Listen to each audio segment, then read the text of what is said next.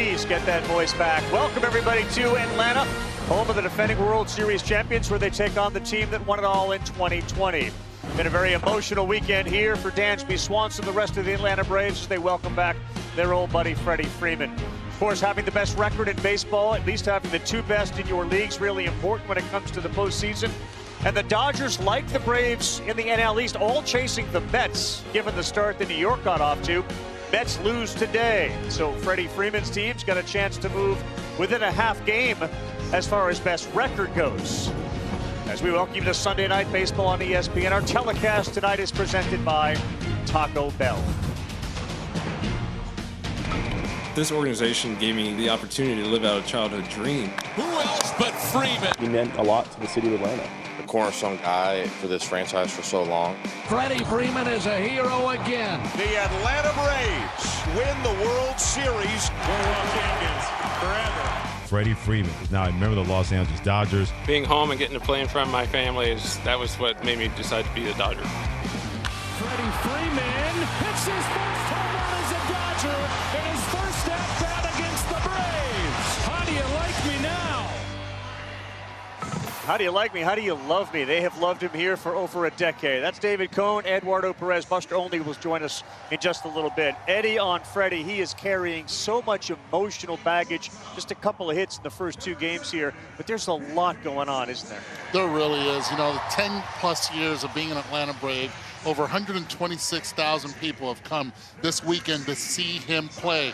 You wear number 5 for the LA Dodgers, but this is not only a homecoming for him, it's also a goodbye today for him, because this will be the last time the Dodgers come here, unless they come back here in October. Right. He's really been the face of the franchise for the Braves. Now he's the face of the Dodgers. We'll break it down a little bit more with Buster a little later on. So Freddie Freeman there, Dansby Swanson, his best friend. A lot of free agent shortstops coming up. We'll talk about that. And let's get into the pitching matchup here, because you don't have Max Fried going, although he will join us in the fourth inning. There's no Walker Buehler. It's no Clayton Kershaw. It's not as if Ian Anderson's going. It's Gonsolin against Strider. Why is that such an appealing matchup? Well, one guy never loses. Right. And the other guy throws really hard, explosive type stuff. An old school drop and drive guy from Strider. But for Tony Gonsolin, it's really about the mix of pitches. And look at that splitter go straight down. The way that pitch has evolved over the years is amazing. And then with Spencer Strider, you want some gas, you're going to see it. An old school drop and drive style, the high four-seamer, and a wipeout slider to go with it. The full beard versus the stash. That's one of the subplots for tonight's game, as we get set for Freddie Freeman's final night here in Atlanta. The smile is a good thing to see, because there have been a whole bunch of tears in between. Freddie's homecoming, and by the way, the car in the back, Matt Olson, Matt's good too, and they like him here in Atlanta a lot.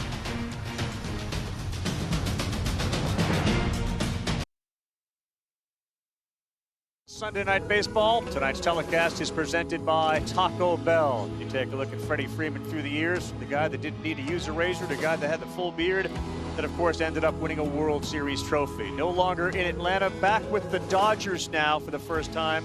And now that he's home, tears have been flowing. I think I've always told you guys how much I love the Braves in this city. And I thought I loved this city and this organization a lot, but I think you can tell how much I truly do love this organization and this city. To present Freddie with his... Very difficult to watch. You don't generally see that type of emotion, although everybody that knows Freddie, and we've got a chance to know him over the years, that is who he is. I mean, there's an authenticity to him. He will let you know how he feels, whether it's through joy or through sadness. And he certainly has been very, very touched by the outpouring of emotion, and still there's something underlying his feelings. Buster will bring us up to date on some of the latest there. He is in the starting lineup. He will bat second just behind Trey Turner, Will Smith, Max Muncy, Justin Turner, Bellinger, Lux, Eddie Alvarez, and in right field, Trace Thompson tonight. That's the Los Angeles Dodger lineup, and of course they present one of the biggest challenges of any team in baseball offensively, and part of that is because of Turner and Freddie Freeman at the top. Now, the lineup construct, Dave Roberts does have to do a lot with the guy on the mound. As you heard, Passan and Kirchen and everybody else, you'll likely see 99, 100. Yeah, I think that's what we're looking on. Early read on Spencer Strider is that velocity read, and you look at the K rate and you look at the walk rate, they're both exceptional. You know, Major League Baseball average on walk rate is 8%. He's within range, but look at that K rate. And when he gets 2 strikes, he's got the lowest batting average against, an .086 batting average against, 10 for 116 off of him when he gets 2 strikes. Got off to a really good start, and he was a reliever, and now he's going to make his 6th start. The last start, there were some cautionary flags because the velocity wasn't what it had been. It dropped to about 97, 98, and for a guy that's usually in the 99s, there was some concern, although Brian Snitker told us before the game, nope, I just as soon have him throw 95, just locate it. As long as he locates well, and that's the thing, executing the pitches on both sides of the plate and getting chases. It's almost natural. So, you know, when you become a starter from being a reliever, you almost expect a little bit of drop in velocity over the long haul. There's the defense behind him. Riley, Swanson, Arcia, Olson, Ozuna, Harris, Duvall is in right field tonight. We get set for Trey Turner and the first pitch, which he swings at and sends into the seats. All right, so 98 miles an hour off Jump Street, and Turner has jump-started this offense. He's led off the last 3 games with a single.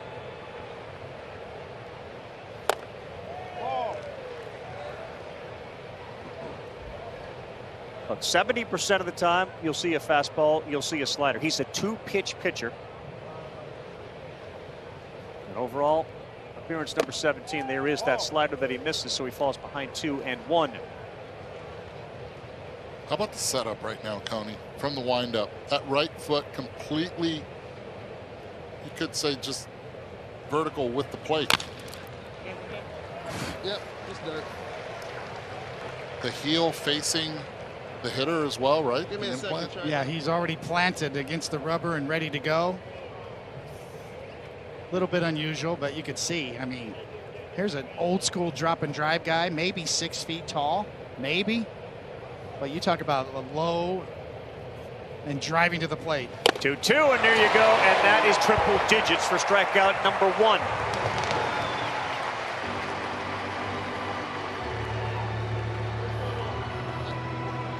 And here comes number 5, Freddie Freeman.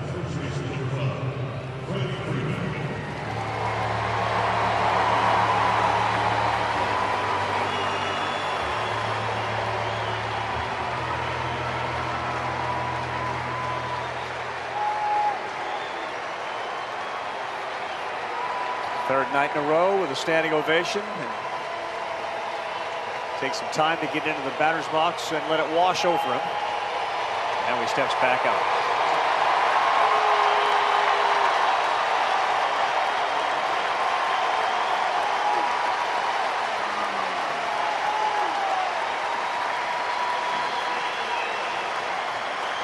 So in the prime of his career, have you ever seen something like this? No, definitely not. You know, it is remarkable, and talking to Dave Roberts before the game, you know, it's kind of healthy to see a ball player express his emotions. I haven't learned that. I'm still repressing, Carl. We can help you with that. Ball. This is a booth of authenticity up here. Vulnerability. I have anger issues, too. Do you? Not playing? They haven't worn off? Nope. No, you still carry those. Strider has thrown 2, then they have both been down. Dealing with it pretty well, though. Yeah, we haven't tripped the cord that's going to fire up Coney yet. 5-time All-Star, 3-time Silver Slugger, Gold Glove, MVP, and the biggest one of all, winning a World Series in 21. Should get a pitch to hit there, and he does into the shift, and Freeman is retired.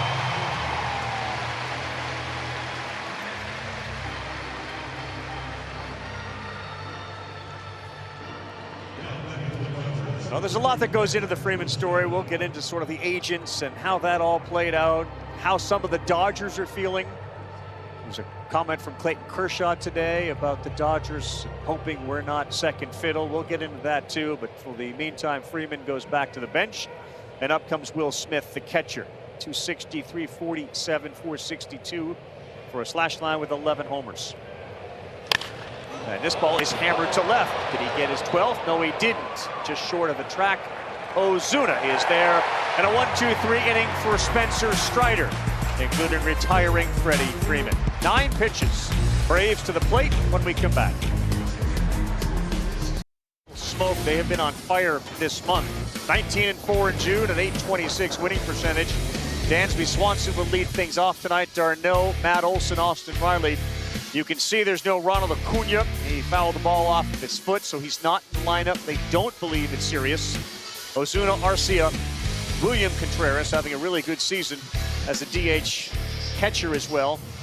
Adam Duvall, and then Michael Harris, who's become a really good story for the Braves in center field. And now on the mound, Tony Gonsolin, unbelievable start, 9-0, $158. The truth about Gonsolin is he's won since he came on the scene. It's just this year it's really standing out. There's something to that too, Carl. Yeah. You're exactly right. I mean, he has that knack for not only pitching, but just winning ball games, and he's hard to hit too. Only 35 hits given up in 68 1/3 innings. You see the K rate slightly above average, the walk rate right at average.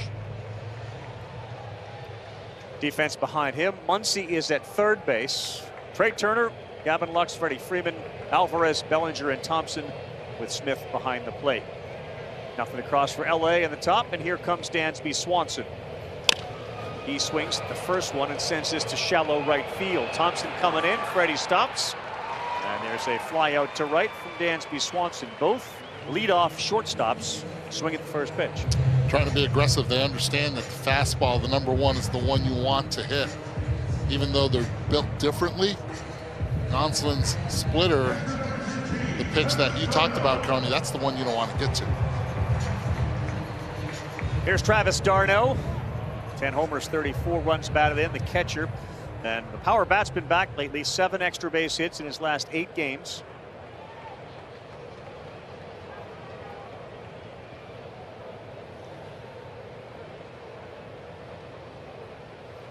We just came from Omaha where the wind was howling for seemingly the entire week and a half. Here it is absolutely still. A humid evening in Atlanta. Like to pitch on nights like this? I did. Good grip. I don't blame you. Yes, this is for a pitcher the best. No problem getting loose. You can get a little more extension on your pitches. Hold on to the ball a little longer. And that one spins down the first baseline, but foul. K-Rod is back tonight with Michael Kay and Alex Rodriguez. In the upper left-hand corner, you can see one of the guests they'll have tonight, Tony Danza, noted baseball fan. And he's clearly carrying the conversation and is very entertaining. Alex looks well rested. And tanned. That Mediterranean tan. But dive back into the anger issues at all. Is that something you want to talk about? No, I'm jealous of Freddie Freeman. He has no problem expressing himself and letting it out. It's very healthy.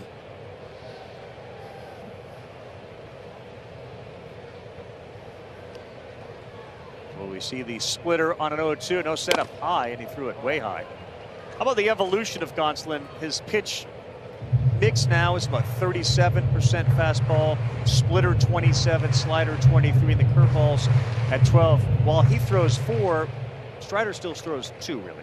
Yeah, that's right. And he doesn't obviously have the velocity that Strider does. Yeah. And that is just foul. One thing he does have on his fastball is a little more confidence in it, according to Dave Roberts, and understanding that he needs to use it just enough, even though it's only 36% of the time. But he gets good active spin on it. There's 2 kinds of spin, and the active spin is the good spin, the kind that contributes to movement, and he gets a 98% active spin rate on his four-seamer. So even though it's in the low 90s, it kind of sneaks up on you. It plays up a little bit. 1-2. This one appears to be a pitch that is down, and it was at 86 miles an hour. You could say pretty much that Tony's now a pitcher. Yeah. You know, when he was playing in college, he was an outfielder first, pitcher, reliever second, and then all of a sudden he converts into pitching. He has to work at it. And first he was a thrower, 100 miles per hour. He would touch in the minor leagues. And now he can work with that 92 to 94 mile per hour pitch. He understands how to locate it well. So outfielder, also shortstop. And basically St. Mary's needed some pitchers. So they went out and said, you could probably try this. And he was very good at it. He was clocked at 6.5 in the 60-yard dash. That is not slow. It's hauling. Yeah. 3 balls, 2 strikes to d'Arnaud as it comes inside. He signed for $2,500. Said no after the Dodgers came to him and said, you know what? Didn't get drafted your junior year, but we want to sign you. He's like, no, I'll go back for my senior year. Gets drafted by the Dodgers his senior year as a pitcher for $2,500. Yeah, wanted to get his degree. Went back, got his degree. 9th round draft pick. Has really gone to school, and it's a credit to the Dodgers farm system and their organization on giving him the resources to develop his repertoire. And those pitches that we see now and the evolution of that splitter that we've shown before really gotten a lot better, a lot more depth to it. 10th pitch of this at bat. d'Arnaud hits that sharply up the middle. Lux was there. He'll flip it in time. Nice play, Gavin Lux to his right. Tell you what Gavin did do there. He showed why he came up as one of the highly touted shortstops also in the organization. The arm strength. Going to his right here. He knows he has the arm strength and the time because it's Travis d'Arnaud running down the line to be able to flick it pretty much a little bit underarm here. I can't even say it's 3/4, just sidearm. Nicely thrown. And when you have Freddie Freeman at first base, just get it around the vicinity. He'll take care of the rest. 100 miles an hour off the bat, hard hit, and it stayed right on the ground. Here's Matt Olson, the first baseman. Of course, now playing where Freddie Freeman was for 10 plus. He faked a bunt. They have the shift on, and that whole left side is wide open.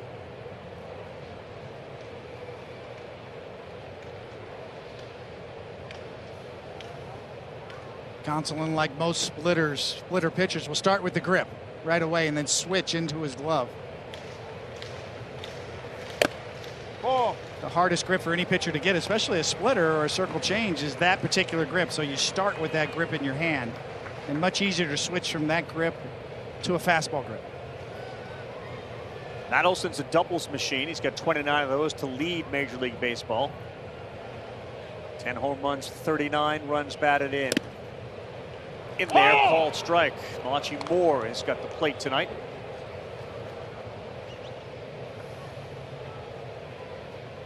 Generous. Yeah, big curveball.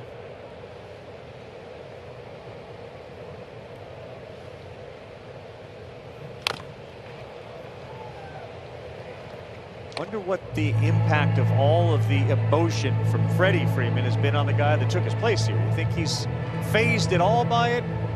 Obviously he sees it.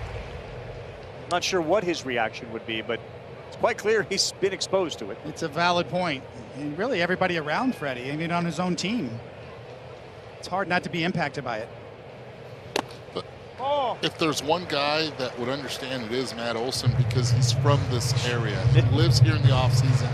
When the Braves were going through their World Series run, he was just a few miles down the road. Of course, his folks were fans of Freddie. Like, I love the guys helping us win here in Atlanta. We got a World Series. Swing and a miss. That's a nasty pitch there from Tony Gonsolin. A slider at 87. 3 up, 3 down as we're underway on Sunday Night Baseball in Atlanta. Steel melting pot for 2 red-hot teams to meet as this first half simmers to a close. Dodgers have defined sizzling for a decade. 8 straight division titles before a second-place finish last year.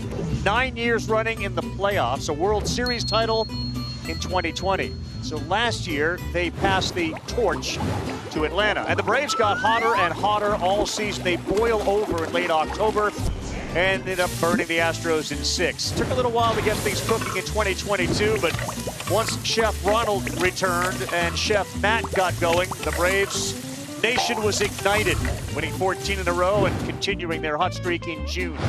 So the last 2 World Series champs already. Which team's going to be able to handle the heat in this kitchen as we get ready for the main course, which of course is the second half of the season? Starting to see some things like Strider solidifying the rotation for Atlanta. I mean, this was a bullpen guy. Now he's the number 5 guy. Gonsolin was not considered to be anything but a swingman, 6th man. And he has solidified. And that's when Strider's on the mound, you start to see a few more of those mustaches here in Atlanta. It's mustaches on the major league level. It's the mullet in college baseball nowadays. It's a big thing. Notre Dame, we just saw them. They were huge. Brian Snitker used to have a snit stash, which was legendary as well. And that's 98, right in there for a strike. And there you go. I mean, it was pearls last year with Jock Peterson here in Atlanta. This year it's mustaches. Strider or Cease? Who has the best one? Max Muncy, high fly, right field. Duvall is there.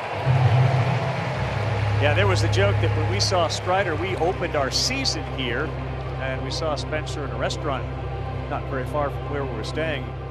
He said about Dylan Cease, I'm going to have to send him, this is a Strider line, a cease and desist order on the Monday. Real or fake? Oh, that's real. That's real. I have it as real. I don't know, with that baby face? That's wow. real. Man-child. Justin Turner's first time at the plate, swing and a miss at 98. And the thing that Strider said about his last start was, I just didn't feel good. And when somebody asked him after what he meant, he had to tamp down, like, no, I'm fine. The elbow show, everything's fine. I didn't feel it tonight. What does he mean when he says that? Well, it's all about synchronicity and timing of your delivery. If you're a little out of sync, you can lose some velocity, along with location.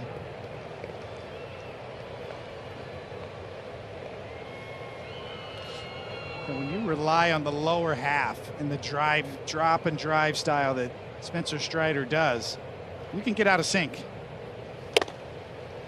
Throws that one way wide. We gave you the Gonsolin kind of backstory as an outfielder and an infielder and pitcher at St. Mary's. Strider went to Clemson, and it was a fairly nondescript time in Clemson. Wasn't great, didn't stand out. In fact, had Tommy John surgery. And yet, after Tommy John surgery, there was still a team very interested in him, and it was the Atlanta Braves. He also changed his diet. He became a vegan, said to help with all his joints, etc. He continuously ascribes to that, as this one is also to Duvall. And we have another out. But he gets there, and Atlanta says, we got to send you down to low A. Like, in a sense, we got to start all over. And as he said, that was kind of a kick in the ass when they say, you stink. Literally was his quote. So he goes down there and really improves. 2 years at Clemson, 4th round pick. When you have a cheering section like that, man, you're in good shape. Grew up in Columbus, Ohio. Fan of the Guardians. So that's what he looks like without a mustache. He's been doing some squats down there in A-ball when he went down there. Gosh.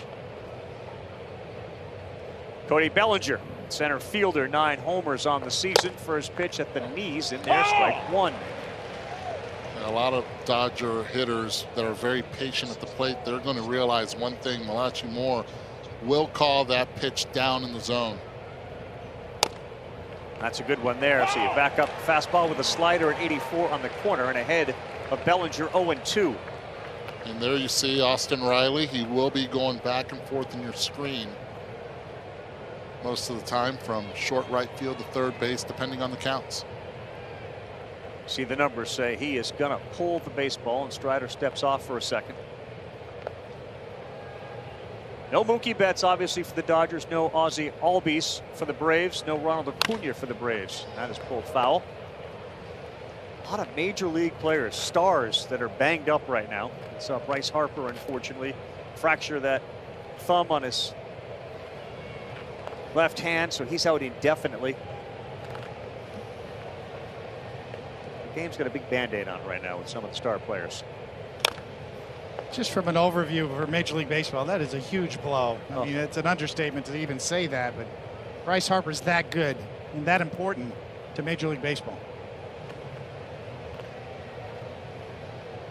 He and Blake Snell, who hit him with the pitch, pretty close friends.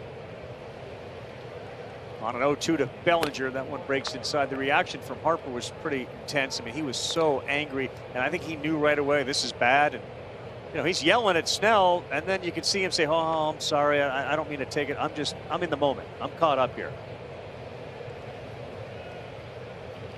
1-2. That's hard hit. That's going to get in right field off the bat of Bellinger for a single first base runner tonight for the Dodgers.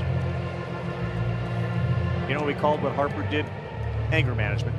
Yeah, there you go. I did the same thing when I got drilled. How about Bellinger right now? They're going to need his bat moving forward this year. It's a big unknown. What and who are we going to see this season? The Cody Bellinger that was the MVP a few years ago, or the one that we saw inconsistent beginning of the season last year, changed his stance for the postseason and went right back to it? That's a good sign when you can see that velo and still be able to barrel it up. Gavin Lux warming up in June. .328 batting average in the month. Swings at the first one. That's in the hole, and it's snared, but no play. Good speed from Lux. Excellent effort by Orlando Arcia. But there are 2 men aboard and on an infield single that had about 8 hops to it.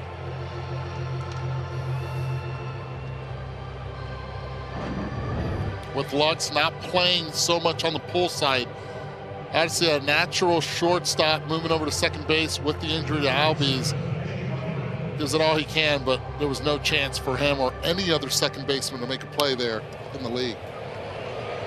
That's getting out the box. As Lux got down there in a hurry. First threat. Excuse me, Carl. 4.2 seconds. Yep. Home to first for Lux there. Said former shortstop, great athlete. And now the first threat for Eddie Alvarez. And look out, good job by d'Arnaud to keep it in front of him. How did he miss him there? Thought that was going to get his feet.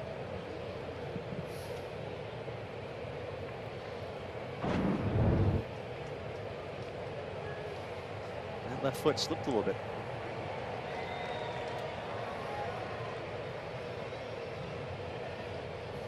Talking about a true Olympian. This is the man right here. Yeah. That is a swing. Winter and Summer Olympics. Incredible athlete.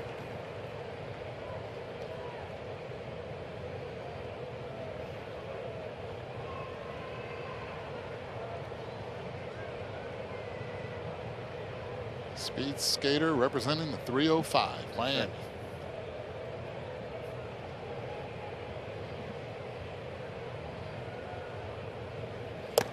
Oh no. 2 balls and a strike. Were you familiar with the training that he was doing? Being a Miami guy? I was not familiar with the training when he was a speed skater at all. I'll tell you this though, to be able to grow up in Miami and do what he did to get to where he wanted to go, had to make a lot of sacrifices, and now then transition to baseball, his other true passion and love. That's in there for a strike. 32 years old. Miami's not known for speed skaters? Is that what you're saying? Like the Jamaican bobsled team? What? 2014 Sochi, the silver medal. And a second in the men's 5,000 meter relay. And then a second silver in Tokyo. 2-2, 2 on, 2 down. Top of the second to Alvarez on the ground. And they're wearing out. Right side of that infield. Easy one for Arcia. They will strand 2. Still no score here in Atlanta on a Sunday night. We'll be playing in Philadelphia right here on ESPN as we celebrate the July 4th weekend. ESPN Deportes, ESPN Radio will start at 6 Eastern with baseball tonight. Sunday night countdown. A couple of late scores. The Phillies do rally. They were down in that game. And again, first game without Harper, they rally and beat the Padres, playing very well. Reds get a victory as well. And Austin Riley, that's on the corner, strike 1. Looks like a pretty good strike zone for a pitcher tonight. Good for us too on Sunday night. I like that. Well, I am a pitcher. I'm a little biased. Eddie probably A disagrees. little.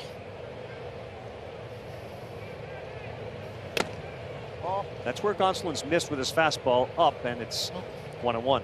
I don't know if it's missed or if he's trying to go there on purpose to Set him make up. sure set up the splitter, because it'll come out from the same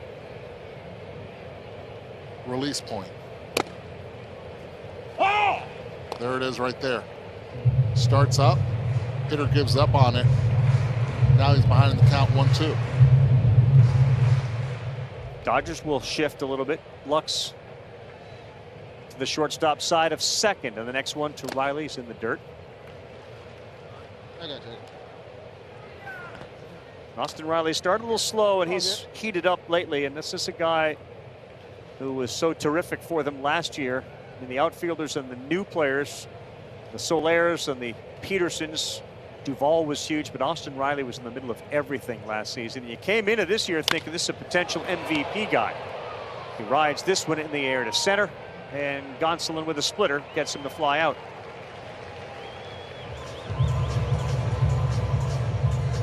Well, I think with Tony Gonsolin, he's gone back to school, and we're going to see the evolution of this splitter over the years. He's really refined that pitch in terms of getting more depth on it. 29.5 all the way up to 36.7. He's gained really over the last 4 or 5 years almost a foot more break, downhill vertical movement on it, as you see it right there on the best pitches in terms of run value. -12 for Tony Gonsolin. StatCast powered by Google Cloud. Nick Piveta's name was on there, and what a resurgence he's had recently. The Red Sox have put themselves in position now in the wild card race in the American League. Yeah, and the cat's out of the bag. I mean, that's how we started. This is a noted lover of cats. The animals, not the play per se, but the animals. And there he goes again with that fastball up. He'll try to locate the fastball in 2 spots, up or in on the right-handed hitters. That way it'll open up anything soft, middle away, try to get the hitters to not be able to use their legs as well. You know, the latest theory in pitch design is spin mirroring. And for Tony Gonsolin, it's almost interesting. Most of the time when you throw splitters, they're going to mirror more 2-seam fastballs. He gets his splitter to turn over almost to get the 4 seams to mirror his 4-seam fastball. Very unusual, and that's how he gets the drop on it.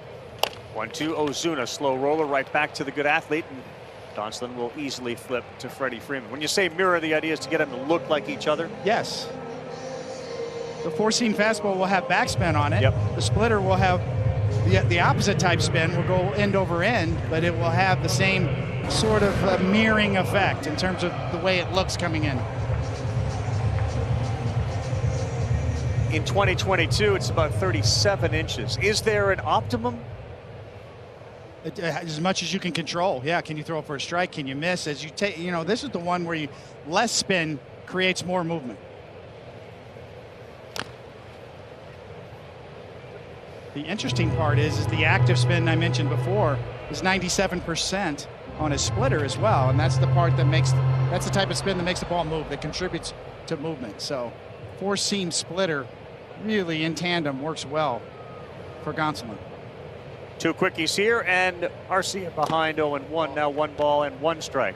And for Gonsolin, the development too is not only his pitch selection changing a little bit, but he's able to stay in the game longer. As Dave Roberts told us before the game, you know, when he was a little younger, he'd kind of look over at you after about 5 innings. You know, am I done here, or is this going to carry on? And now, Doc said it's hard to get the ball from him, which is what you really want out of your pitchers.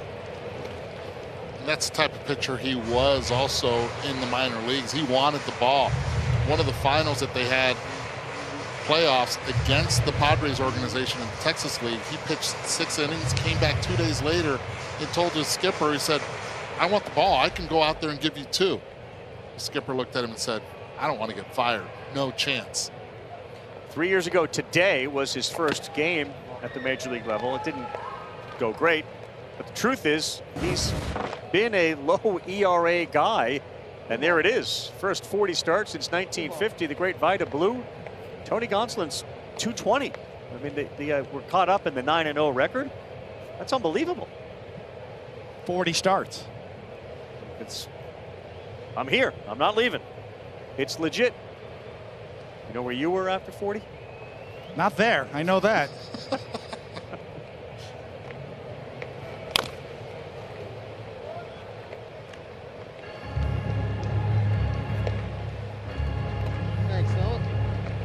Gonsolin and really every good pitcher, but Gonsolin and the Dodgers staff this year have been able to do too. Minimize hard contact. And we're seeing so many of these little foul balls at the plate. Not an easy guy to barrel up. 2 balls, 2 strikes. 3 strikes. Second strikeout of the night for Tony Gonsolin. 2 are in the books on Sunday Night Baseball. Braves and Dodgers tied 0-0.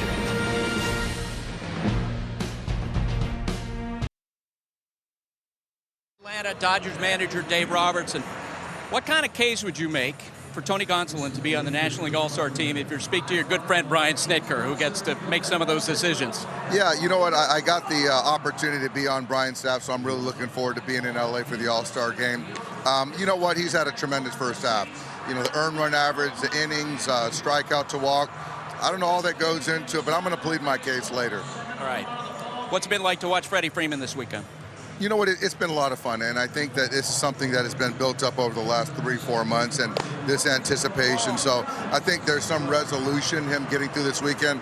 Obviously, we've seen a lot of tears, a lot of emotions, but just the way that the Atlanta fans, the organization, they embraced him and really appreciate what he and his family, his wife Chelsea, they meant to this Atlanta city and organization. So, you know, it's been hard for Freddie, but he's getting through it just fine. Dave, thanks. Carl, back to you. All right, Buster. And part of our conversation, of course, revolved around him. And to Dave Roberts' credit, he said, I love what I see from Freddie Freeman. We don't get enough of that, sort of to your point about what you had said. Embracing of who he is. I think there's going to be, it's time to turn the page and let's really focus on baseball, and perhaps that happens once they leave Atlanta. This ball is laced to left center field. Ozuna going over, so is Michael Harris. The center fielder will make the play. Along those lines, it was really interesting today when superstar pitcher Clayton Kershaw of the Dodgers came out with this comment about all the emotion around Freddie. It was very cool, and he's obviously been a big contributor for our team, the Dodgers. I hope we're not second fiddle. It's a pretty special team over here, too. I think whenever he gets comfortable over here, he'll really enjoy it. He acknowledges the dynamic that Freddie has in Atlanta, but he's pleading his case too. Like, we need you 100%, Freddie Freeman here. You know, when Clayton Kershaw speaks too, it resonates. There's definitely a little message being sent there from, you know, that's a well thought out guy. It's not something that was said in a flippant manner. That's Clayton Kershaw sending a message. Hey, you know, when we talk about circling a guy in the lineup, Freddie Freeman was circling this series since he signed with the Dodgers. And I think this will bring closure with Freddie in the city of Atlanta. He finally got his ring, the World Series ring, and now it's time to be able to produce effectively for the LA Dodgers. And I think they're going to see who the real Freddie Freeman is from now on.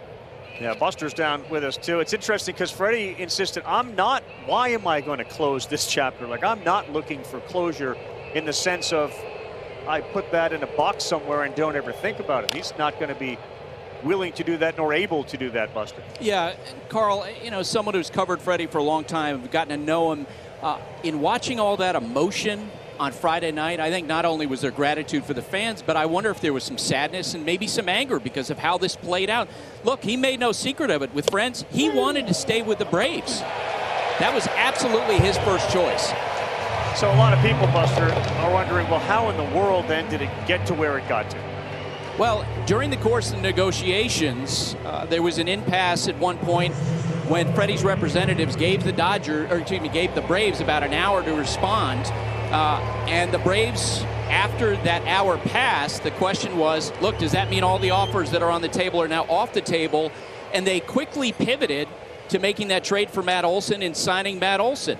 And so in the end, Freddie Freeman, if in fact the Braves were his first choice, he wound up signing with the Dodgers, who may have been his second choice for a contract that, when you factor in deferred salary and state tax, was actually worth less than what the Braves offered.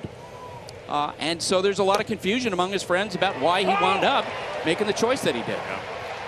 He's at the plate, and he has just looked at 99 and 98 in 2 different quadrants. Trey Turner was caught looking, 2 outs here in the third. And he's feeling frisky with the fastball tonight. Yeah, he has passed the velo check early on. Yeah. And it's a big talking point when you're a young starting pitcher and you're trying to establish yourself, and all of a sudden you're 2 clicks down from your normal velocity and everybody's sends up red flags. He's certainly on tonight. 0-2 to Freeman. Got him, 91. That pitch had some movement. That's a changeup at 91. So Strider strikes out 2, including the all-time leader in Truist Park history when it comes to hits, homers, and runs batted in.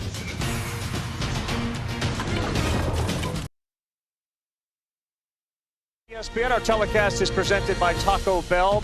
And happy to be joined by one of the best left-handers in the game, and that's Max Fried, who's down in the Braves dugout and kind enough to join us. Thanks very much for doing this, Max. We really appreciate it.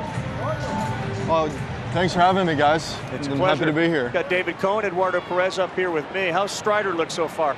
He's locked in. You can see he's attacking with his fastball. He's got a really good one tonight. So just, if he stays with it and mixes in those off-speed pitches, he's going to have a good night. Yeah, so we just saw a 91-mile-an-hour changeup. You're arguably as good as there is. When you see somebody able to throw 99 consistently, what do you think? That's a game changer. You can tell that these guys have to kind of cheat to it. It's really firm. He's got good ride on it, and he can locate it well. So when you have a pitch that's that's that hard, you have to kind of be ready for the fastball all the time. And as long as you can throw that off speed in the zone, you're in a good position. 1-1 to Contreras. That ball has a lot of spin on it, but Freeman and Gonsolin are there to make the play. Tell us about your development, because we've talked a lot about the development of Gonsolin and of Strider. Tell us about your upbringing and the Sandy Koufax connections and the West Coast and all that. I grew up in Los Angeles, and I would say probably the guy that I would look to the most growing up in Los Angeles was Clayton Kershaw. Yep. Definitely had some Sandy Koufax connections, growing up there. It's just, one of the greatest lefties to pitch of all time. But, middle school, high school, Kershaw was the guy that I kind of always watched. Every time he took the ball, I made sure to turn on the TV. First pitch, and this one, it's right into the corner in right, getting down fast, and Gonsolin raises his hands to let everybody know foul ball. And not a lot of foul territory down there. No, not at all. How close was that? I can't see. Very. Dang. That was a good swing. I like the fact that he told our producer, let's see it again. Perfectly done, Max. Perfect television. I want to say maybe, 2 feet? And it's strange because there's some, almost what looks like chalk dust to the right of the line. So if you were watching and you got a chance to see, you saw a bunch of dust fly up in the air, but it was not the foul line. It was to the right of it. Oh. Yeah, I'm stuck in the corner. It's the perfect blind spot for me, so I wasn't able to see it. So Harvard Westlake is one of those great schools when it comes to baseball. What was the experience like there? Who were your mates? Well, I went to a high school, Montclair Prep, from 7th to 11th grade, and going into my senior year, it shut down, and Harvard Westlake was gracious enough to admit me into the school for my senior year, and was able to play with Lucas Giolito and Jack Flaherty. And does that have a chance? Call it. Atta baby! Oh! We'll take it. High off the wall, and it is close to the yellow line. Max, do you want to tell our producer that you want to see this again? I would love to see this again if you guys want to show it. Here it comes, Max. I'm always amazed because you knew right away. What is it? The sound? Is it the velocity? How does a pitcher know a batter got it? There's a certain sound that comes off the bat. It's a little different. I think if you're just around the game for long enough, you can just tell the little bit of difference between a guy squaring it up and then just missing it. So, and I know that even if Duvey misses it a little bit, he's so strong and has really good swing that he normally can get it out anyway. You want to hear, here's that sound. I know you can hear this. Go ahead.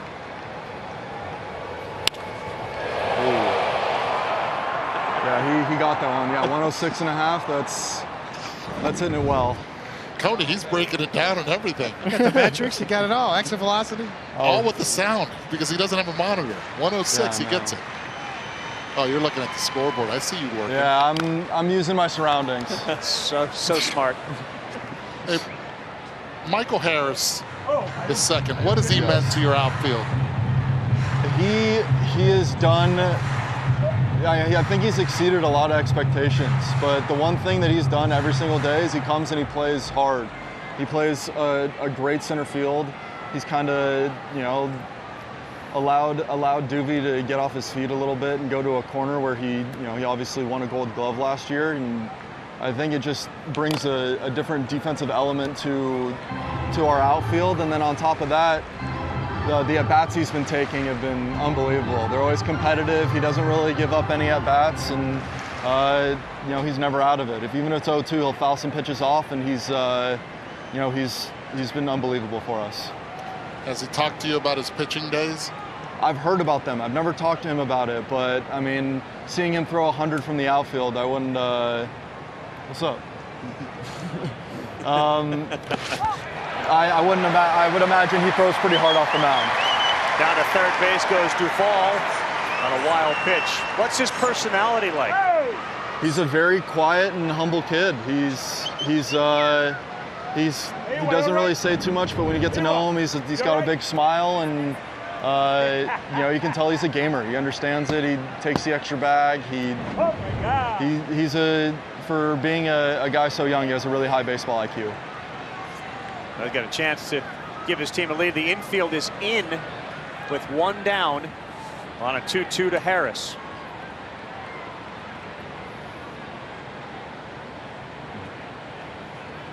Oh boy, good take. Yeah, he's been really good at just not doing too much, and especially in these situations, just trying to put the ball in play, and he's come through with some really big RBIs for us this year. Remember, the infield has Muncy at third. Turner lucks up the middle, Freeman at first. And a 3-2 on the way to Harris. Swing and a miss. Tough pitch. It's a good pitch. Yeah, from here it looks really tough. You have Orlando Arcia next to you. He struck out already against Tony Gonsolin. Might as well interview him and ask him what he saw from the batter's box. They want to know. They want to know what you saw from Gonsolin up there. A lot of sliders, right? Yeah. Was it more side to side or a little depth? Straight across? Yeah, he attacked him with a lot of sliders, so it was more of a side to side one than a depthy guy. So it's Dansby Swanson now with 2 down. What have you seen from Dansby this month? Another guy that's just kind of come out there, and every day he puts his cleats on, plays unbelievable defense, and puts together really good ABs. When we need him to come through, he's been doing it. He's been hitting the ball out of the ballpark. He's been one of our better players so far, and it's really nice seeing him kind of do his thing. 0-1, center hit that hard, but Bellinger. That's a good swing now. And he's We'll there. take it. Want to hang out, Max, and join us again at the top of the fourth? Sure, if you guys want. I love it. You kidding me? You got 4. I'll take 3 analysts over 2 any day of the week.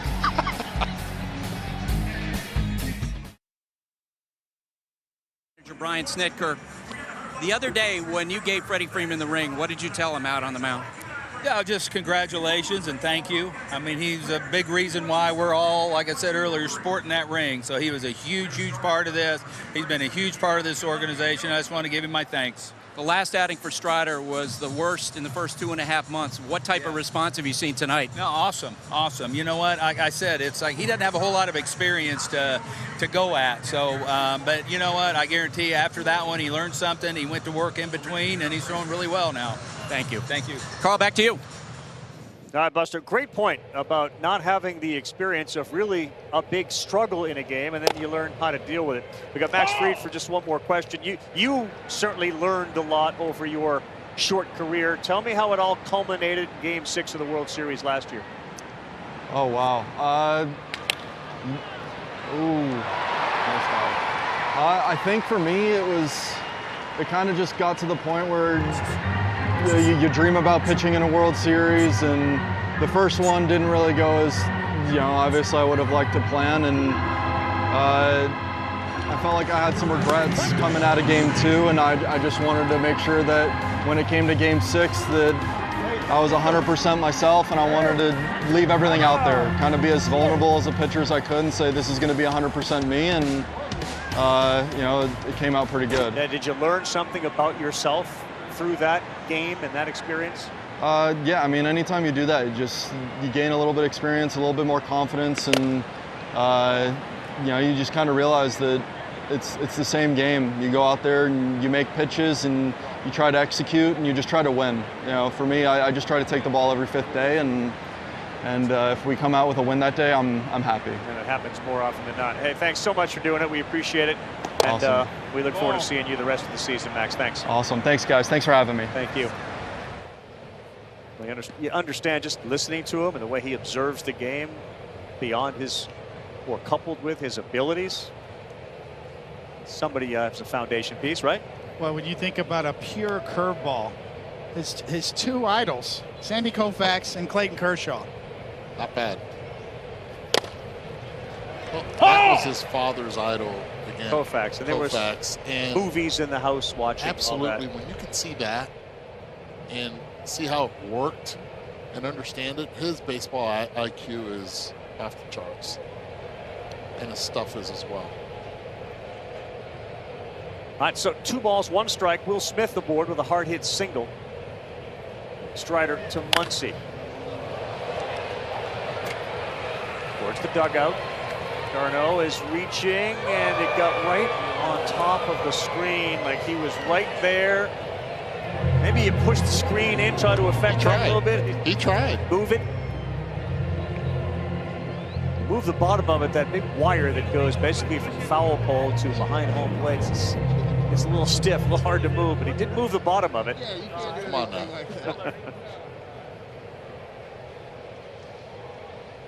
As a hitter, when things have not been going well your way the entire year, maybe that's a little positive sign, like, okay, maybe now I'll get my pitch.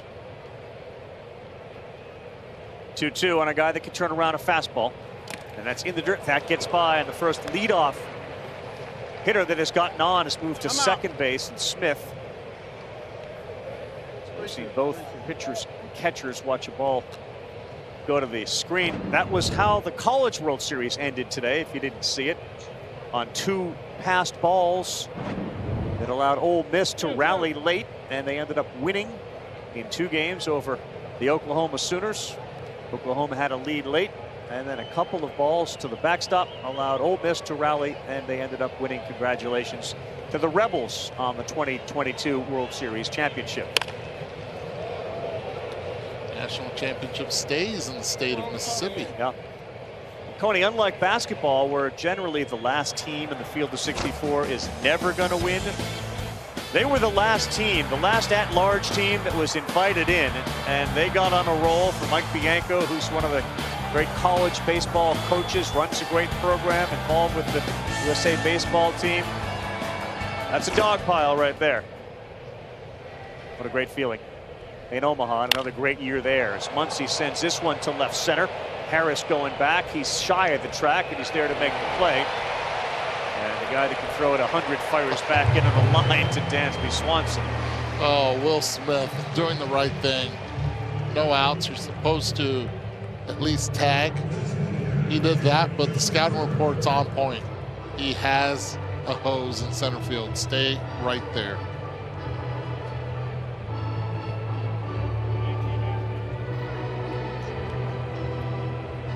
You know, we talked with Brian too before Snitker about Harris. Like, when you see him in spring, where are you at with regards to his development? And he's like, well, I paid attention to him, but I figured a full year at AA. I mean, he has barely played, what, 190 games at the minor league level at that? And here he is And what a game changer. You heard Max say Duvall gets to move over. We have a center fielder. And there was a play he made earlier when Andrew Jones was in the crowd. When you get Andrew Jones to react the way he did. Well, especially with Spencer Strider on the mound, throwing high cheese. Yep. You need somebody to run it down out there. Justin Turner, the designated hitter tonight. That's in there at 98. Watch Michael Harris a second go get this, and then watch Andrew Jones' reaction.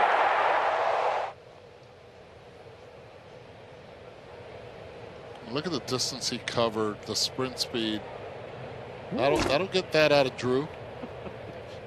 Right to his right or left is Drew Jones, who most likely will be going as one of the top picks in this year's draft. Yeah. What an educational experience we had when we were here to start the season. Got a chance to go out to dinner with Andrew Jones and to talk about his son, to talk about what it was like to play in center field, getting jumps on the ball, reading it off the bat. You could sit there for hours, and we did. Passionate. Here he goes again, and he runs that down on the track.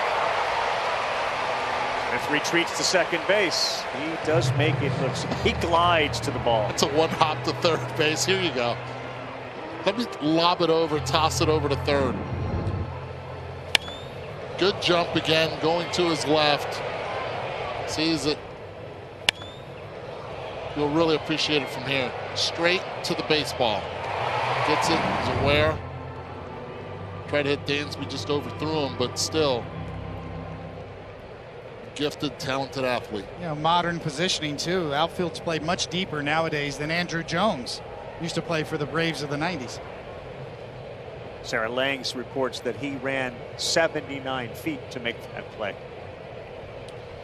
And I had that conversation with Andrew also during the World Series in Houston when the Dodgers were playing the Astros, and we were out by the ledge in right center field, and he would tell me, he goes, I just don't understand why outfielders play so deep. And I said, well, you were spoiled. And he goes, you're absolutely right. When you have that type of pitching staff, they wanted me to play shallow because they never really had hard contact consistently hit off them. Well, that play we just saw is a great example why. That's almost off the wall in the gap, and he ran it down. If you're playing shallow, that's a hard ball to go get, even with Andrew Jones' speed. So you're taking away doubles and triples instead of taking away singles.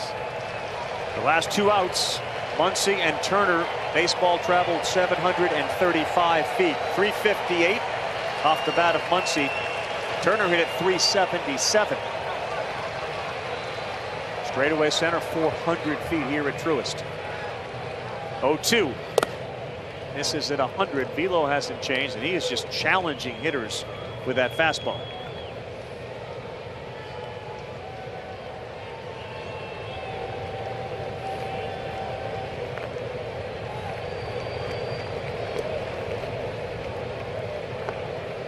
There's just a lot to like about Spencer Strider's delivery, his drop and drive style, the way he uses his legs.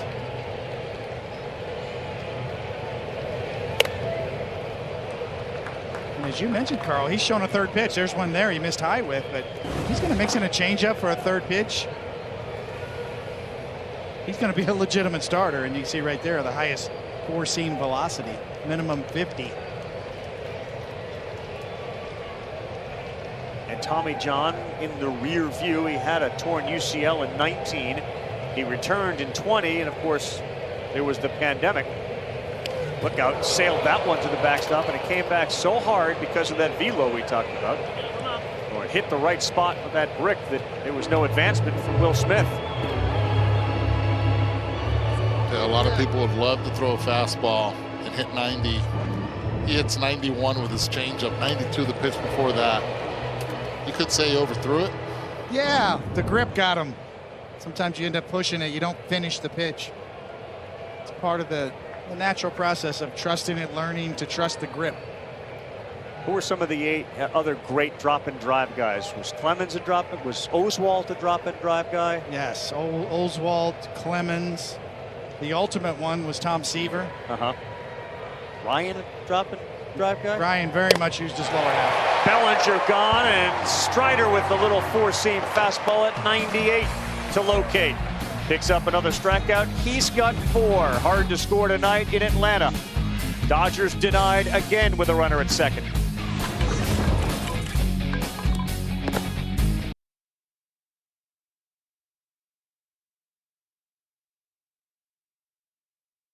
Night Baseball is presented by Taco Bell. Is brought to you by Hankook Tire, evolutionized for EV fitment. Electrified Hankook. Talked about the 2 pitchers at the top, and that's exactly where we find ourselves as Atlanta comes to the plate. Zeros are on the board, been very impressive. Different styles for both. First pitch swinging here for Travis d'Arnaud. d'Arnaud, 10-pitch at bat, his first time up. Ended up grounding out to second on a really good play by Gavin Lux. Oh. We've seen that a lot tonight, and he tends to throw that splitter. I guess what I would ask is, do you need to get it that high? Like why it becomes a non-competitive pitch? If it's too high, you're right, and it's a great point. You want to be right across the top of the line. That's why they call it running it up the ladder, one rung at a time. Oh. It's exactly what we talked to Dave Roberts about before the game, is that the Dodgers have been pounding on him how much he needs that fastball to set up and protect his other pitches.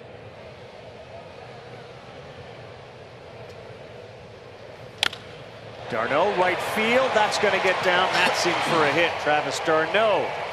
Leadoff man is aboard here for Atlanta. How about both teams? First out, first hitter of every inning had been out. Then all of a sudden in the 4th inning, you get Will Smith gets on, the catcher, to lead off the top half of the 4th. And now Travis d'Arnaud, the catcher also for the Braves, leads off with a base hit.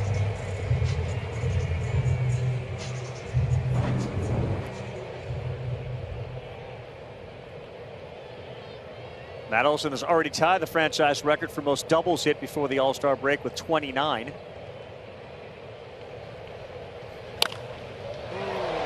Just foul and a demonstrative call by Alex McKay at first base. He made sure we all knew. It's almost Ron Luciano-like. That's right. Get another look here, Carl. Heart starts beating just about now. Aye, Papa. Yep. Right through the wickets.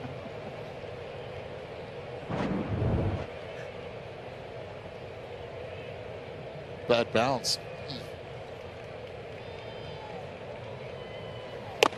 Ball. Kenny. Crowd didn't like it, but apparently CJ Bucknor did. So that's a strike. So for the people who don't know, Ron Luciano was a great umpire back in the 70s, 60s, who was very demonstrative like that. Would look at the crowd and engage the crowd too. He was a real entertainer. We need more animated umps. I'm all for it. That move that Alex McKay made down there at first base, I've seen that situation before. I was once playing golf and I moved ahead of one of my playing partners. Mistake. But he had a little flip wedge, and I said, "Well, I'm fine standing here," and he bladed it, and it's eating me up. I'm in no man's land, and it's coming hard, and I had to do exactly what he did: jump, split. I didn't land as smoothly as he did, but that one is a little scary.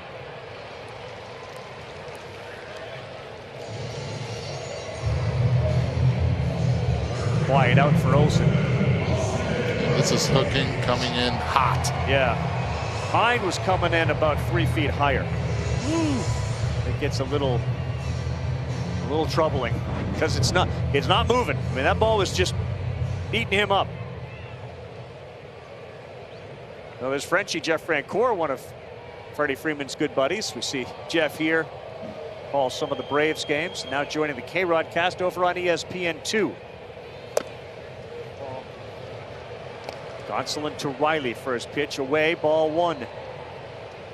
Cody, I got the number on your first 40 games started. We were doing the ERAs. Do you want to hazard a guess? Not bad either. Not bad.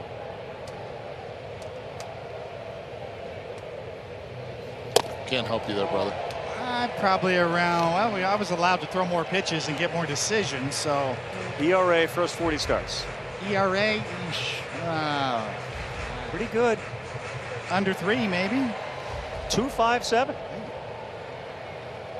It's good stuff. It was only north from there. Not much. Come on. You slotted in the 21st spot on that list that it was Vida Blue, Tony Gonsolin. Wow. 21. He shut it down right after that. Go out on top. I should have walked away sooner. You're right. Get it. I have David Cohn as a borderline, like real legitimate Hall of Fame candidate. Forget the 40 starts. Go the career. 3-0 to Riley. Green light here. He misses ball 4. Now there are 2 Braves aboard.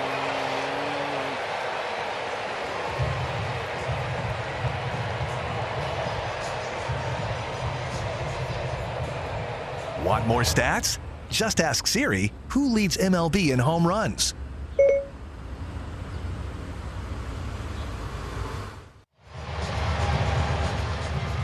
Well, the Yankees were no hit yesterday by the Astros.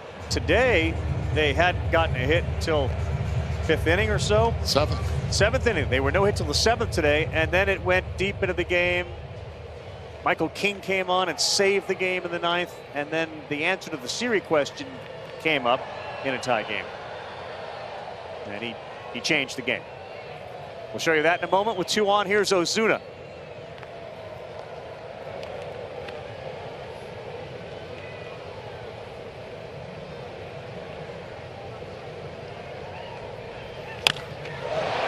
Homered last night. This will not leave the yard, and there'll be no advancement from d'Arnaud, but maybe off the end of the bat, and it left at 86 miles an hour. Let's go to the Bronx to show you how the Astros and Yankees wrapped it up today. Aaron Judge, there you go, bottom 10. 3-run shot.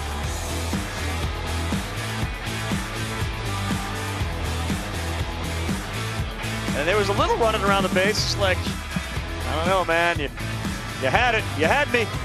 You had your chance. You have to complete it, or you're going to get scored a single. Yeah, Got to get credit for that homer. You might get Ventura. Yeah, keep going. Take the homer. It's a homer. And the Yankees, after getting no hit for 16 straight innings, get the victory. And give a lot of credit to Aaron Judge, because the Astros executed that pitch. That's where you're supposed to throw Aaron Judge, down in the zone so he can't lift it. Yet he went down with his legs and got it because it was a breaking pitch.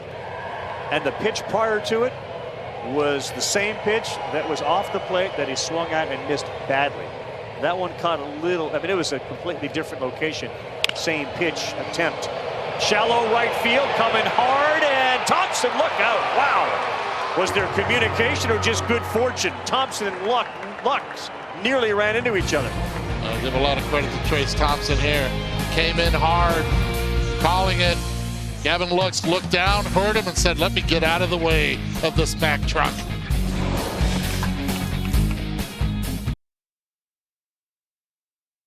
The MLB app. Get video highlights, live pitch by pitch, breaking news, player updates, the stat leaderboards, and a lot more for your favorite team and the rest of the league.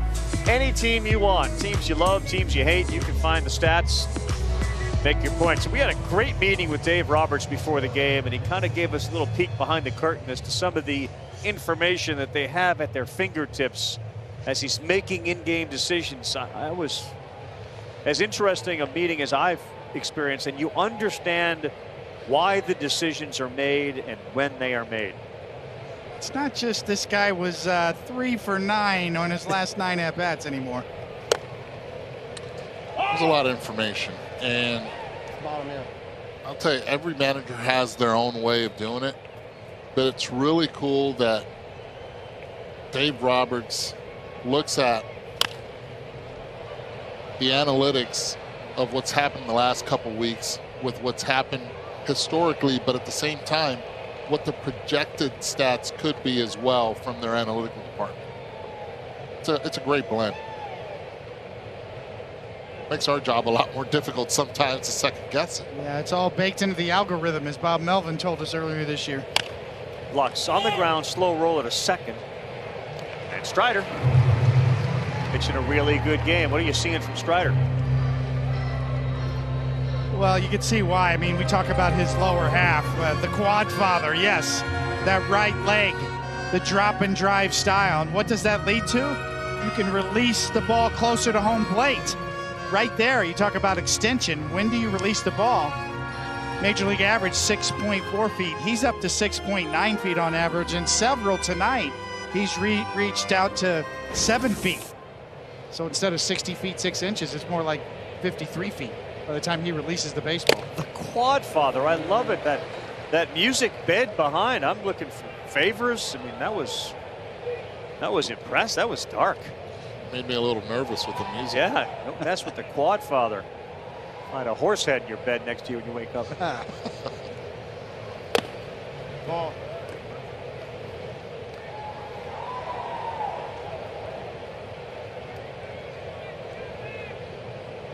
Spencer Strider, off of a start in which he was hitting about 97, 98, has shown that velocity is back tonight, and he is mixing in some changeups for sure. How important to be a starter that can go deep in a game is a third pitch. That critical. If you want to get 3 times through the lineup, yeah. If you want to get deeper into the game, absolutely. The advantage that pitchers have, we've seen so many pitchers develop. This is a great organization for it. The Dodgers do it really well. The Rays, the Astros, the Yankees do it. I would think, given his natural ability, that that's not going to be a huge problem for Strider. Like, you're in one of the right systems. Absolutely, you're in one of the right systems, and stylistically speaking of what we just showed. 100.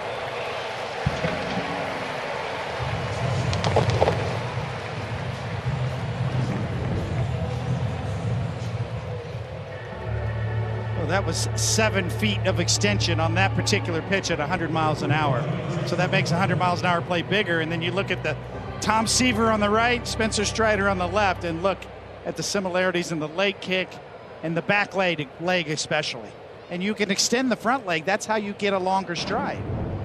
Not just the back leg, it's the front leg extending and reaching out there and extending the stride.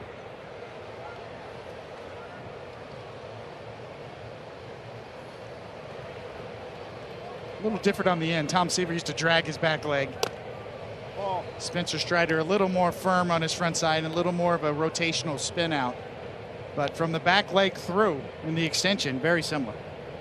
You see the 13.6 Ks per 9 this season, which was highest in baseball. When he gets ahead 0-1, opponents bat $105 against him.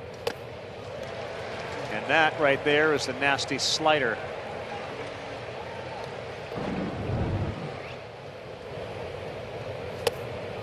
Three punch outs at 99, 4 at 98 plus tonight. I mean, he's listed at 6 feet tall, but to release the ball that close to home plate with that height, pretty remarkable.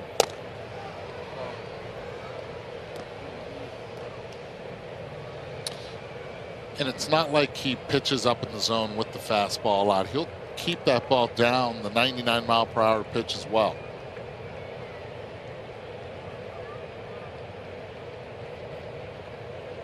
Next one to Thompson, swing and a miss at 100. Let's march it off. Back-to-back 100 punchies. And the fourth one at 99 plus. Putting a little stride in Strider right now, are we?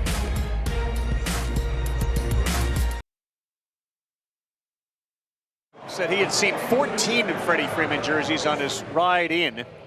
So you go Freeman, and now it's Olson, but there's always going to be the connection to Freddie Freeman in this city. He's the reason we didn't get hotel rooms last night. That guy right there got booted out of my hotel room. He is. Too many people want to come see him. You and who else? Everybody else at that hotel. Had a room and Freddie's in town. We can get a little more than what we're getting from you. You're out. How about Buster? Did Buster get booted? Buster got booted and was not happy about it. I was walking out when Coney was walking in. I'm like, forget it. They got nothing for you unless it's because you're a future Hall of Famer, David Cohn. Buster had the pointer finger going too, didn't he? That's what Buster said to me. They probably have your room. They didn't, Buster. They didn't. Wait till you make the speech in Cooperstown. Then we'll see how that changes. Too good.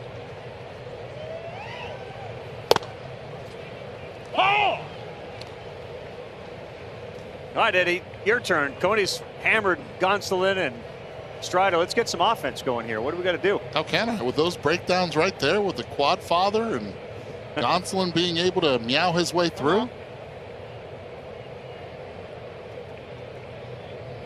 I mean, I had my breakdown set. Ronald Acuna Jr. all of a sudden down with that foul off his foot. Strider goes right away to the video.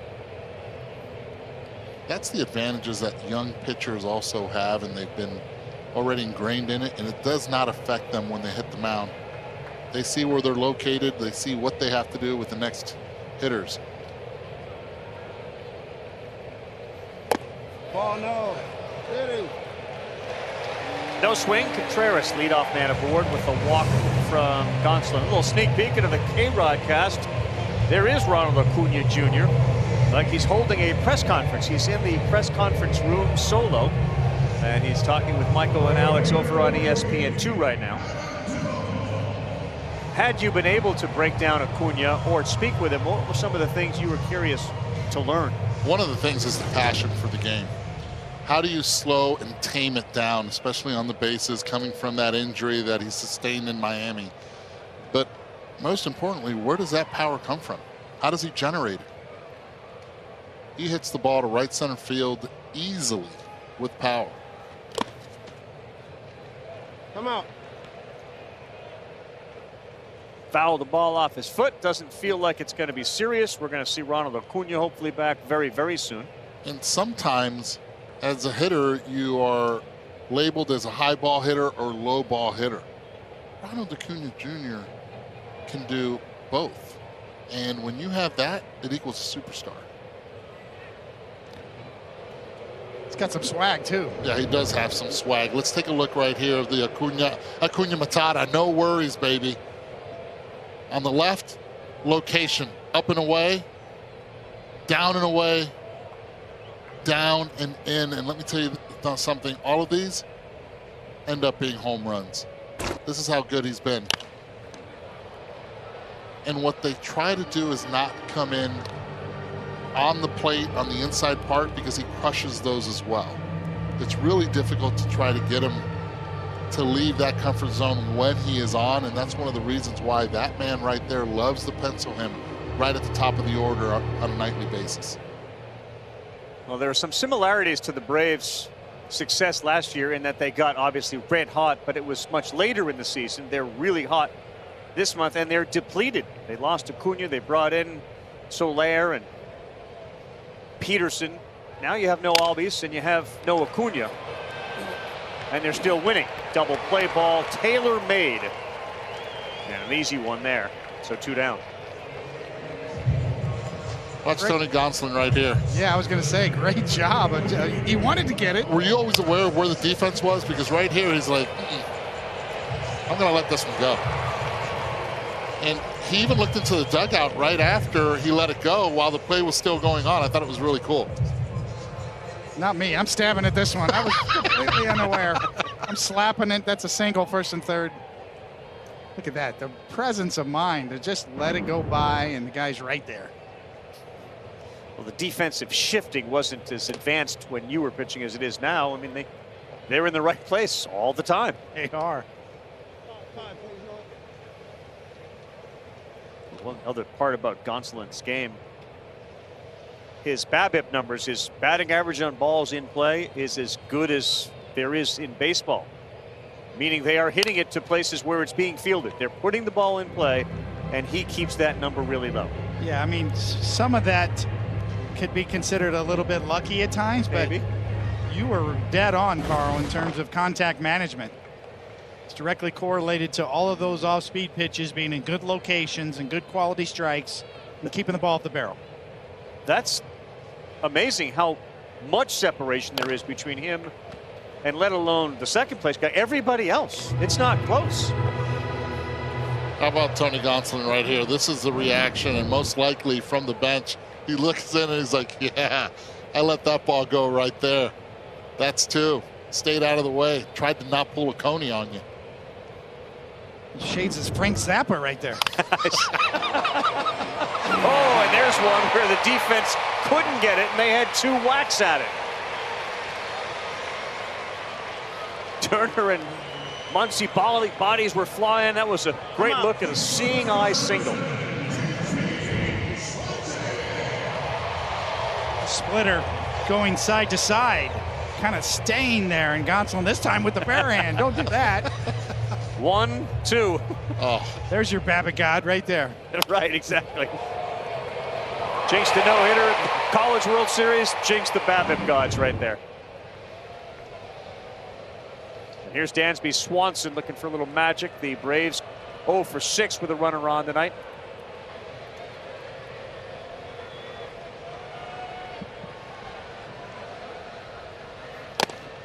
And Dansby went through a spell where he said he'd look up at the center field scoreboard and see his numbers and kind of vomit in his own mouth. Like, oh my God, what is happening? And it really was a timing mechanism. You could speak to that. He was late on everything, and he went off on his own and worked on that timing and adjusted it so that he's hit nearly 400 this month. Yeah, trying to get started with the legs, really important for Dansby, right, Buster? That's exactly right. He told me actually he got a text from someone that he knows and trusts in baseball. He wouldn't tell me who, comparing an image from him last July and August when he was swinging well as compared to April when he was awful, and he could see right away it was all about being on time, Eduardo.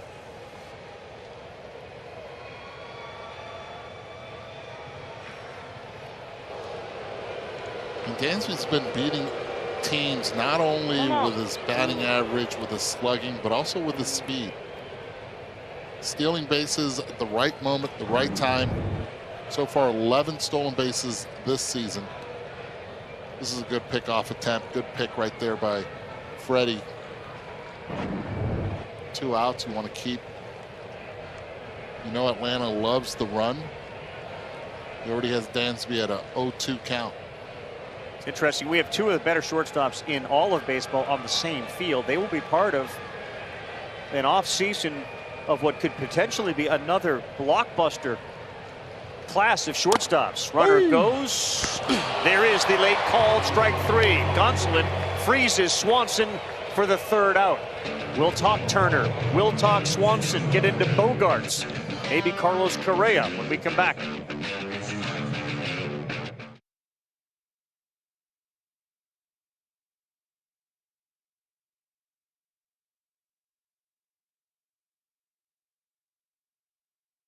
Swanson just caught looking. Turner with a bat in his hand as he comes to the plate here in the 2023 free agent shortstop class. 2 guys on the left are certainly going to be free agents. Correa and Bogaerts can opt out of their contracts in Minnesota and in Boston. Trevor Story arrival in Boston may complicate things there for Xander. We'll see how those 2 play out, but it's going to be very interesting what Trey Turner and Dansby Swanson end up doing. Both of these teams are perennial playoff teams. They need good shortstops. Is it possible, given the Freeman dynamic with Swanson and perhaps the rumors that Trey Turner not crazy about the West Coast, Buster? They just flip places? Yeah, I've kind of wondered about that. Again, because there is a perception that Trey Turner, all things being equal, he'd rather be someplace on the East Coast. He was someone who went to North Carolina State University. And if Dansby Swanson winds up taking it off for someplace else, maybe Trey Turner's the guy who steps into his place. Or maybe this year Dansby Swanson has shown the Braves so much with his bat, and they know all about his toughness, that they invest in him for 2023 and going forward. 3rd time now that Strider has seen Freddie Freeman. He got him to ground out, and then he struck him out. Riley is playing in shallow right field. And as Snitker said, I love Freddie Freeman, but when he's in the box, he's the other team's MVP, and we got to be very careful with him.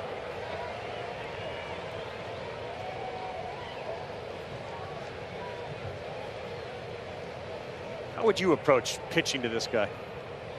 You really just have to mix it up. I mean, there's no one hole to go to.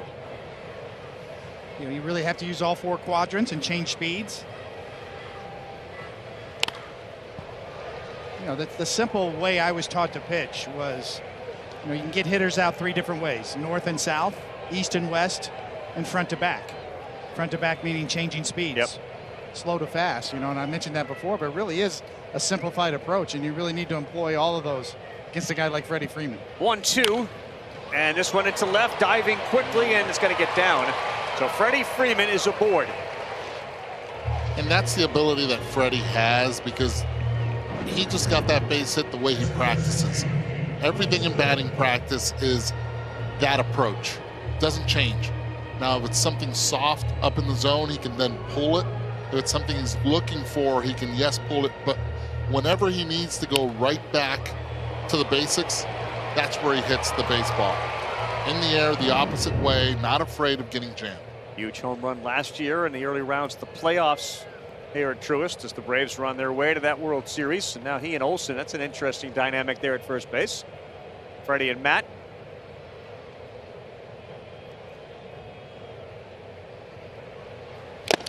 And one of the big differences between Freddie and Matt, not to knock on Matt at all, is Freddie Freeman's one of the best base runners in the game. Smart, understands pitches in the dirt, understands when to go first to third, understands when to tag from second, sometimes with one out. Not going, 0-1 right field, and that's going to go to the seats. Really good secondary lead Freddie took as soon as that pitch was let go. Yeah. And that's one of the big things that the Dodgers have been really impressed with Freddie once he came over from Atlanta, is his base running. They know about the hitting, they know about the defense. But what can Freddie do on the bases? That, many say, is special. 9-game hit streak now for Freeman after that single, and there's a quick throw over, and he got that arm in. After breaking all that down, you imagine, Coney, he would have been picked off on that. Goes right back to what part of the bag? The outside part. Did get caught a little flat-footed. Yes, he did. Smith singled his last time up. That's outside. 1 ball, 2 strikes. Will Smith getting a lot of playing time given some of the injuries that the Dodgers are dealing with. There's certain bats that Dave Roberts said he wants in the lineup. Others refuse to come out of the lineup. Trey Turner and Freddie Freeman being at the top of that list. This ball to left and deep. Ozuna going back, and he looks up, and it's off the wall. Freeman hits second. He's coming to third, and he is held there as Swanson got that relay in quickly. Good job by Ozuna, but a hard hit double for Will Smith, and the Dodgers in business with 1 down. 108 off the bat. When Albert Pujols got to the Dodgers last year, he loved what he saw from Will Smith. He's like, this guy's a pure hitter. Short arms, gets through the zone really quick there and stays in the zone. Left center field, that foot gets down. One of the big reasons why he's been consistent offensively, and that ball just a couple feet from being able to get out of the ballpark. Freddie has the play in front of him. He does not need the coach at all right there unless the ball is overthrown from the cutoff. Better play it safe with 1 out. So the Braves bring the infield in. Max Muncy trying to get the first run of the game across. Strider comes inside at 98, misses. 1-0. It's interesting, Dave Roberts told us how important Smith is to the lineup. Yes. That he's pushing him a little harder, even on the days he doesn't catch. He's the DH. See if a ball is hit to center. What Freddie does if it's caught by Harris. Check swing, and straight back goes the foul ball. Really good arm in center field. I want to see how many of these pitches Strider throws that will be in the zone. Once he has a good eye, surprised right there that 1-0 he couldn't hold up. Got Turner on deck, has struggled to offensively this year compared to other years. 20 RBIs on the year from Muncy. Just a little high. Max recently off the injured list. That was back on June 9th. He missed 11 games with a left elbow inflammation. And has always had a great eye at the plate. He is currently 3rd in the National League with 44 walks.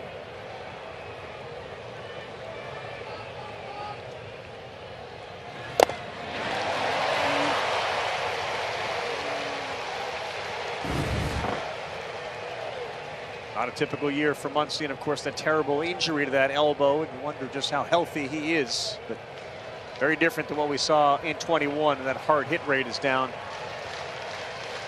10%. 2-2, big pitch in a 0-0 game. Ball didn't get the call at the top of the zone. It's full.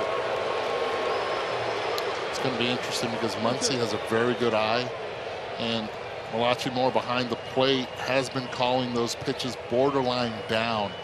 Wonder if Strider goes there, or does he go back up again with the number 1? Down and into a lefty, dangerous spot. Muncy does have 5 homers. And there's a big gap in right center field as Harris is shaded a little bit towards left.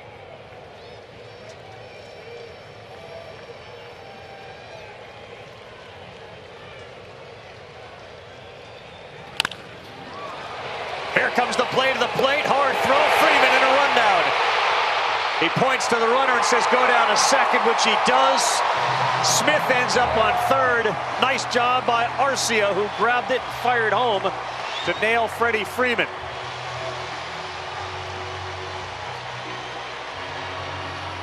Tell you what, Freddie did a nice job of staying in that rundown and giving Muncy an opportunity to get to second base. Right there, Arcia makes a nice play and throw to d'Arnaud, but taking time, eating up time with Freddie Freeman there. Going on contact, that's what you're supposed to do. He does, he reads the throw well. And makes sure Muncy now stays at second base so you have the same situation as you did with 1 out. Even directed traffic there. I absolutely raised his hand and said, you go, because I'm dead. So you go. And it was a hard hit ball that Arcia fielded and fired home to cut down Freddie Freeman. So still second and third, but now 2 outs. And a quick conversation between d'Arnaud, Dansby, and Spencer Strider as Justin Turner steps to the plate.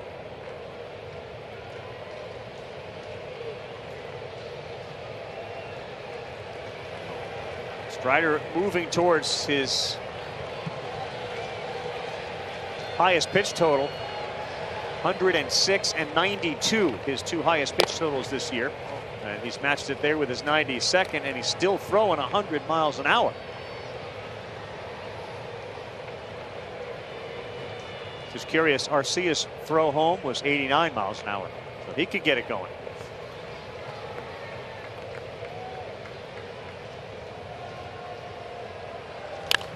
And Turner down the line, but tailing and hooking into the seats. Or at least off the screen, and now we'll get it to somebody in the seats.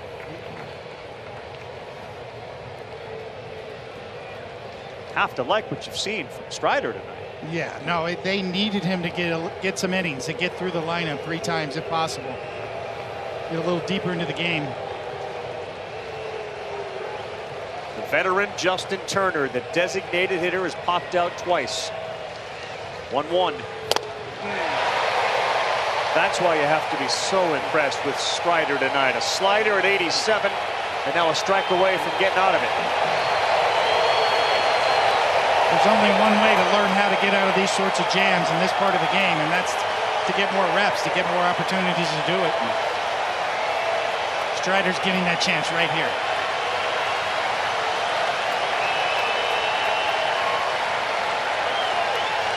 Got him! What an effort by Strider. And that's not striding, that's hopping off the mound. That is feeling it. Terrific performance from Strider, who comes up with 15 swings and misses. The bottom drops out of that slider right over the heart of home plate. A perfect strikeout pitch out of that jam with some emotion.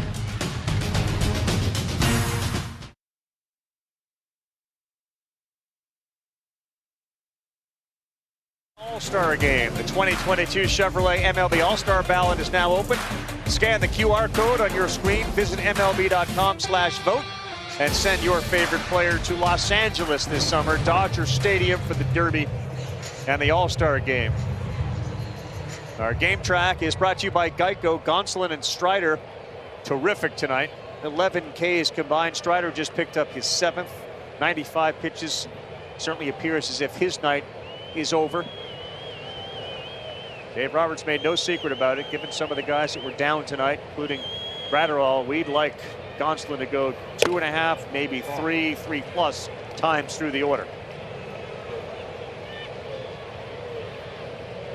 It's interesting, you know, there's some pushback from some of these young starters that we want the opportunity to get through 3 times through the order. We want to get deeper into the games.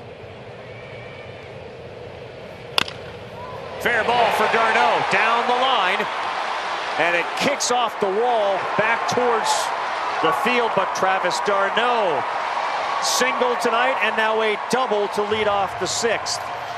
Both hits, as you said, Carl, leading off the inning. This one puts it in scoring position, and easier job now for Matt Olson just to try to get him over, but not just giving up the out.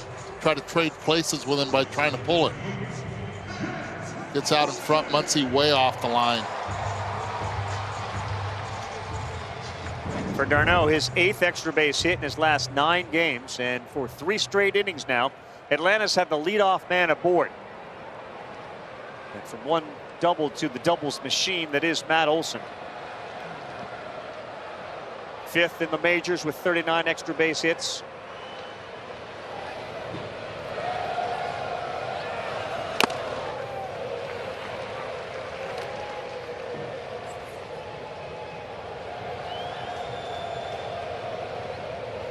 Talked a lot about Freeman tonight. Olson was on an airplane when he was contacted and said, stay tuned, make sure you have cell service on that plane. We may be getting a proposal from the Braves for a long-term contract. On the 1-0, that's down, and when he got it, he was so floored by it. He said to his agent, is this guaranteed? Which baseball contracts are all guaranteed. He was blown away. He and his wife had built a house here in Atlanta. Coincidentally, obviously, the Freeman thing happens, and he's the guy that gets to come home and live in the house that, as he said, we were going to have neighbors go get our mail because we weren't going to be living here. Yes, they're guaranteed. Hat tip to Kurt Flood and Marvin Miller. There you go. Thank you very much.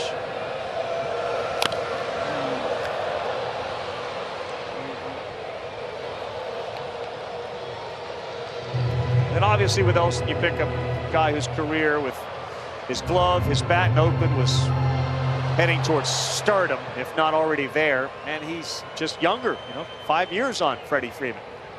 So if you were going to replace a legend, you're replacing him with somebody who could become a legend. This would be a great spot for Olson, and that pitch from Gonsolin is high. Got himself into a really good count, 3 balls and a strike. d'Arnaud at second base, doesn't have great speed, but a good base runner.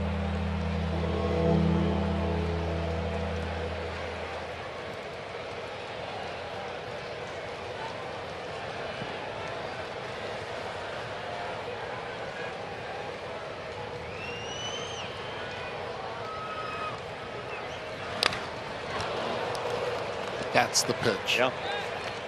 We had this conversation, right, with Mike Trout the other day. Same thing.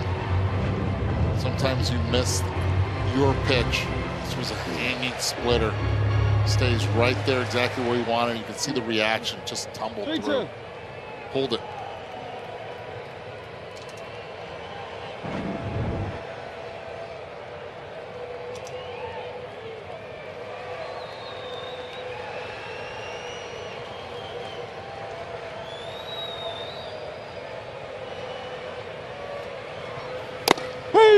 Called strike 3. Frustration from Olson.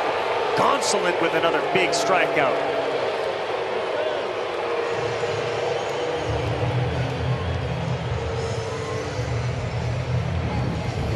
Well, there is a buffer zone, and it's within the buffer zone, but it's not within the box.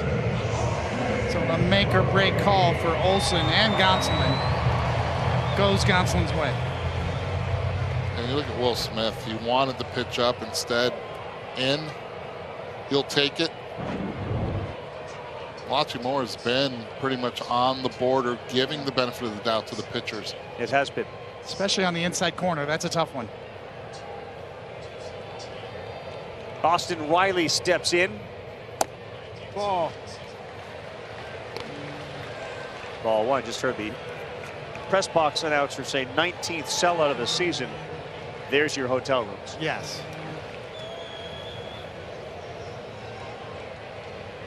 All here to see Freddie Freeman and, of course, the Dodgers. 42,217 at Truist Park tonight. 1 ball, no strikes. In the dirt, and no advancement and no throw.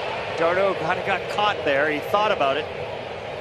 He was really too far off. Yeah, he did. Once you hesitate, you have to stay. And again, did not anticipate it on the ground and stop that secondary. Watch him do the secondary here on the pitch. Stops, gets flat-footed, and he's like, uh-oh, should I or should I not? See a lot of common mistakes of guys just stopping and then saying, okay, let me go. Then you're caught in no man's land. Riley. This is at the plate. He's a hard hit machine. He's in the top 6 in hard hit, exit velocity, and many of the advanced statistics that you look at.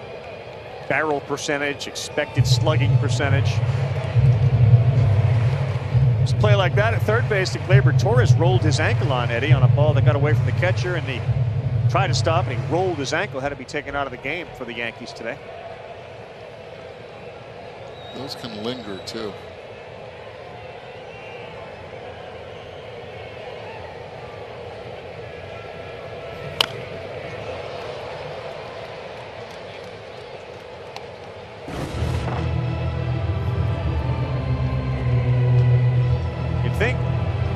You'd think that it would be Alonso at the top of the list. If there was going to be a bet, you'd think it would be Alonso, but it's J.D. Davis, 64%. Jock Peterson, a hard hit machine. The Franimal. Guardians are rolling. Giancarlo Stanton down there at 54%. Judge second on the list. d'Arnaud leadoff double, still at second base, 1 down, and a 2-2 to Riley. 3-2. I'd be surprised here if he goes 3-2 fastball. Maybe show him a pitch that starts like if it's going to be in the strike zone, try to get a chase out of it. See the pitch sequence on the left, only 1 4-seam fastball, and that was in. Yency Almonte warms for Los Angeles on a 3-2. Back up the middle. There is the second baseman, and that is a ball you try to stop because there's nobody behind you, but nowadays a ball hit right back up the middle is an easy out. But to your point, Eduardo, you were correct. He goes slider, and because of the shift, it's the perfect pitch selection on a 3-2. Good job getting out of the way, and the algorithm wins again.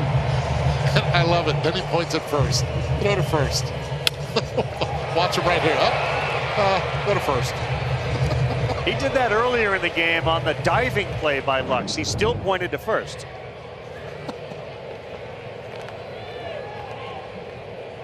Pretty good number there for Gonsolin. He's got some guys on, and they are hitless in their last 34. Don't try to sneak a fastball by this man. He jumped one last night into the seats over the left field wall, Ozuna, and this one popped up. Smith. Couple of close calls. This is the home run from last night.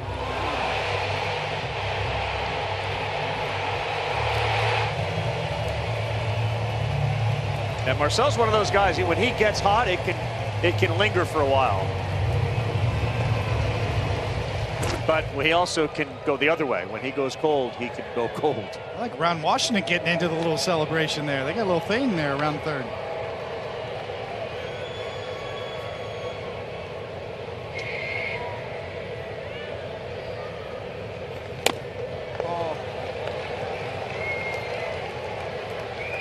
Ron has been without his best friend, Ozzie Albies, and they would be like Abbott and Costello every time he came to Atlanta. You watch those two guys go at each other in a great-natured way. Sat with Wash earlier today, and he said Ozzie's doing fine. He's coming back. He's working out. Ball.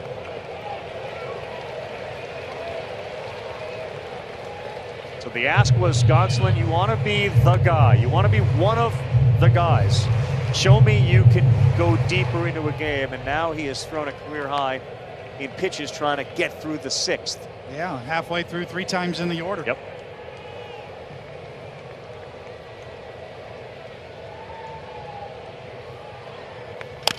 Ozuna into center field. There's the first run of the game. He left one up, and Marcell Ozuna picks up his 32nd RBI, and it's the Braves who lead it 1-0. 86-mile-per-hour slider thrown to Marcell. Just stays right on the outside, hits it off the end of the bat. Doesn't hit it hard, but just placed correctly. Driving in a run. That'll be the end of Gonsolin. A heck of an outing, but Marcell just too much of the plate on that slider. Gonsolin is not happy about it. He wanted to stay in this game.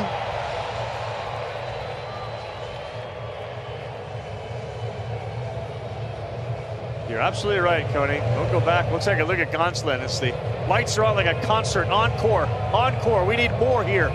Braves fans looking for more after this with a pitching change.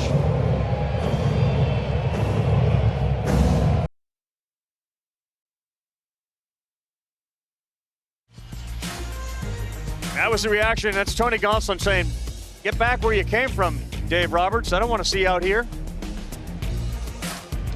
Decision was already made, and he's flustered by it. Understandable. Yency Almonte now on the mound, and he has been terrific, giving up just 2 runs in 14 appearances this season. Particularly great against lefties, an .048 average against. In May, 1 run, 6 games. Look out, way inside to Arcia, nearly got him on the ribs, and in fact, it got him enough. I'm not sure he thought it got him, but home plate umpire Malachi Moore points to first base. Chaser, 2-seamer, up and in. Oh, yeah. Take the good shirt. Though. Always good to get that extra size on you.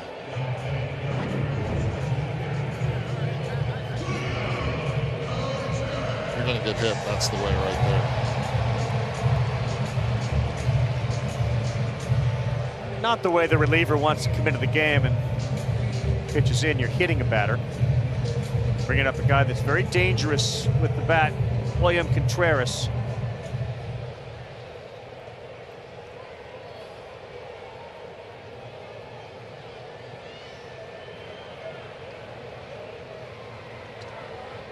First and second. Braves breakthrough, lead at 1-0. In there for strike 1 on a slider. And here's another guy. 57% of his hits have gone for extra bases.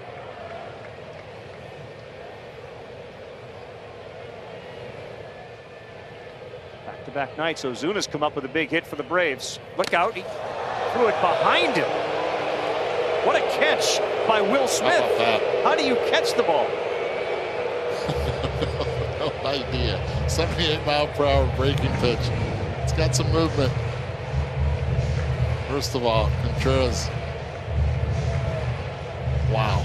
How do you catch that? That's unbelievable.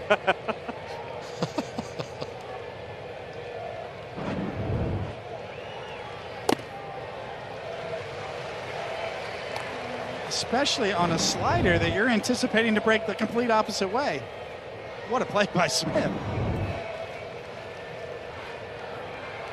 Well, Yency has hit a batter, thrown a ball behind a batter, missed wildly with that last slider. And a 2-1. 3 balls and a strike. Not appearing to pitch with a lot of conviction right now.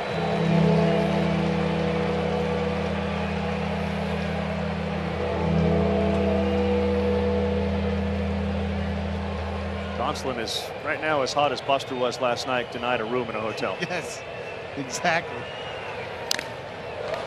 95 and down on his fist. He swings and fouls it off. You know, I mentioned before, there's some real pushback from young pitchers like Gonsolin who say, give us a chance. Let us stay in the game. We know, if you go by the data, that every starter would be taken out almost, if possible, the 3rd time through the order. And The Yankees pitchers went to their analytics department and said, let me have a special coach to help coach me through the third time through the order. 3-2, everybody goes. That's low, ball 4, bases loaded.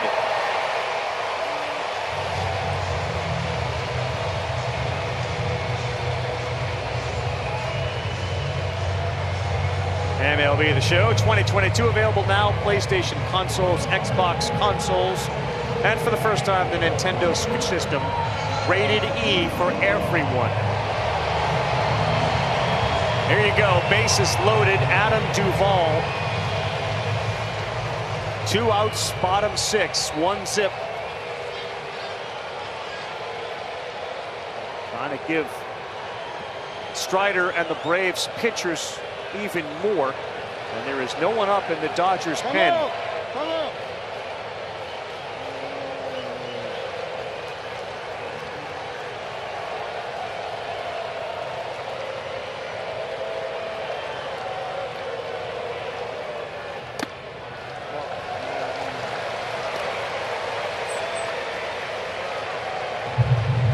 Only been able to land 1 slider for a strike. That was the 5th one that he's thrown since he's come into the game.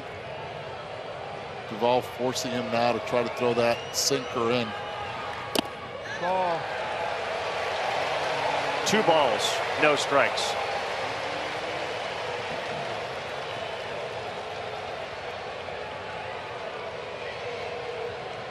Come out.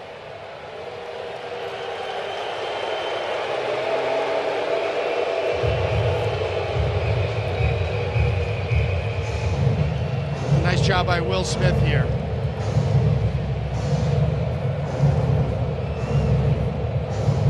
Duvall also has shown the ability with the bases loaded, 1 for 2 this year, but he's got 5 walks with the bases loaded. And right now, I'm going to tell you one thing that he does have is that sinker. Even on 2-0 counts, if you're Duvall and you get a little too big, you're going to end up rolling over. You hit it hard, but on the ground. That's most likely the message that Will Smith is giving his pitcher. Gavin Lux is now again on the shortstop side, so if you see a ground ball go past the pitcher, it's likely to be fielded by the second baseman. It's movement. That's what 2-seam pitchers have in their back pocket. Even when they're behind the count, they can get that hard ground ball. It's one of the changes we've seen over the last several years is right-handers to right-handed batters throwing 2-seamers and sinkers inside. And against left-handed batters, they throw 4-seamers. And they used to be just the opposite 20 years ago. That's why you see the shin guard on a lot of hitters. Bases loaded. Ozuna, Arcia, Contreras, that's down the line. Fielded, long throw in the dirt. Freddie Freeman, who has made a living picking the ball out of the dirt at first base in this ballpark, does it there. Max Muncy, long throw, and Freeman bails him out. 98.6 miles per hour off the bat, but on the ground. You give yourself a chance, and then you throw it to the Gold Glover at first. Atlanta Brave fans have seen a lot of that. Enjoying Sunday Night Baseball this week here on ESPN. Our telecast presented by Taco Bell. New pitcher Dylan Lee, who you remember made his debut as a starter in the World Series last year. And there are his numbers in 10 games this year. So a battle of the bullpens. What a great play by Freeman on that scoop from Muncy to keep it a 1-0 game. And there for a strike to Bellinger. Well, he's a strike thrower. We saw that 4% base on ball rate, half the league average.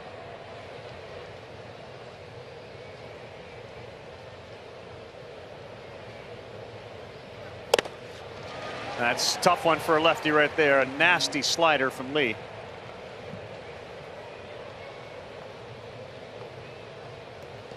There goes Austin Riley. If you're wondering why Lee's taking his time, he's waiting for Riley to get to his position. In shallow right field. Dansby Swanson, the only one on the left side. This is down. Lee became just the second pitcher, remember, in Major League history to make his first career start in the postseason. And he was the first to do it in a World Series. The other guy was his teammate A.J. Minter who did the same thing in the NLCS in 2020.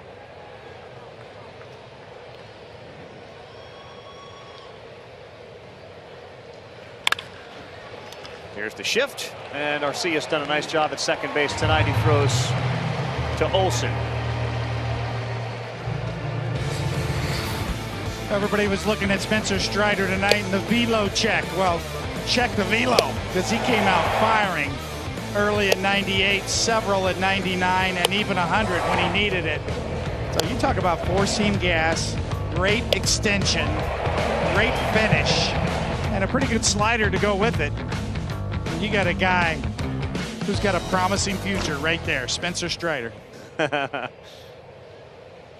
You get a lot of fans, that's for sure. Lee's first pitch breaking ball. Let's go to Buster. Buster, the Clemson career was nondescript. Then there was Tommy John. A lot of folks are wondering, well, how did the Braves end up with Strider? Yeah, part of the reason why he didn't do a lot at Clemson was because 2020 was the COVID year. Yeah. And the draft was only 5 rounds long.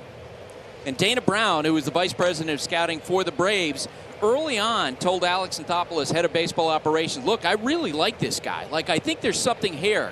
The athleticism, the flexibility. And they got to the 4th round of the 5-round draft, and Dana basically said, I don't want anyone to pluck him. I really want this guy. So they grabbed him in the 4th round. What a payoff. A huge payoff. Oh. Yeah. Tip of the cap to Dana Brown and what he did. And that wasn't the only guy he got. Strider, he was responsible for Matzik. Here's another number that Strider is now associated with. Remember how great Zumaya was, part of that Tiger bullpen, the team that was getting into the postseason, and they just couldn't field the baseball in that one World Series there. There's some fire there, and that's a good sign. That's a good sign for Dylan Lee as he picks up the punch up. Talk about mapping out and looking at lineups, and this was exactly what the Atlanta Braves wanted. Bring in Lee in this situation. First, Strider sets it all up. You get 6, 7, 8 all lefties, and now Taylor will end up hitting for Eddie Alvarez, forcing the Dodgers to go to the bench. So a partial night off for Chris Taylor. He pinch hits now for Eddie Alvarez in the 8th spot. And the Braves defensively shift. Taylor did not check his swing. Yep.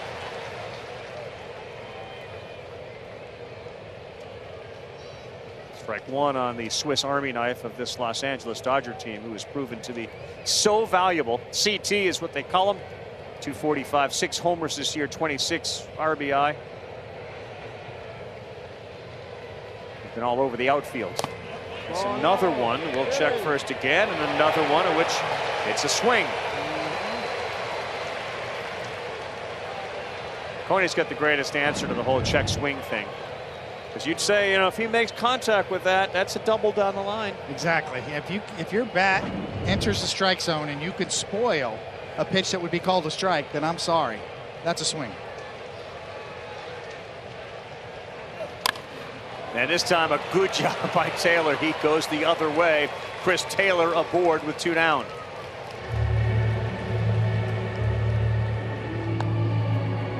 We were living in a 1-bedroom apartment, and we definitely needed more space. That was the absolute best change in our family, because they have so much space to run around now. Well, not her yet, but him.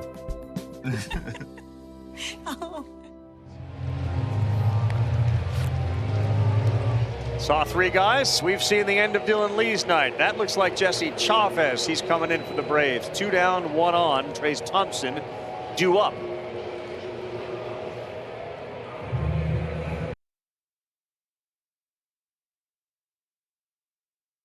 Good idea to lift up the shirt. The ESPN's telecast of Sunday Night Baseball, presented by Taco Bell, brought to you by Mother's Polish High Performance Car Care and Naomi Wines, flavor forward. So we got a Jesse Chavez, Trayce Thompson matchup right now, and the first pitch is way outside. I like it. Carl's got an edge tonight, right? He does. I like edgy. I like edgy rap. You like edgy? What was the edgy part? The lifting of the shirt? There's just a common theme tonight. I want you to know that this booth allows itself to kind of, let their hair down a little bit. So the anger, if there's ever a time where you just want to let it go, this is it. We're here for you. Thank you. All right. I appreciate that. Chavez last appeared Thursday against the Giants. He's got 9 straight scoreless appearances. And there's a riding fastball at 89 for a strike.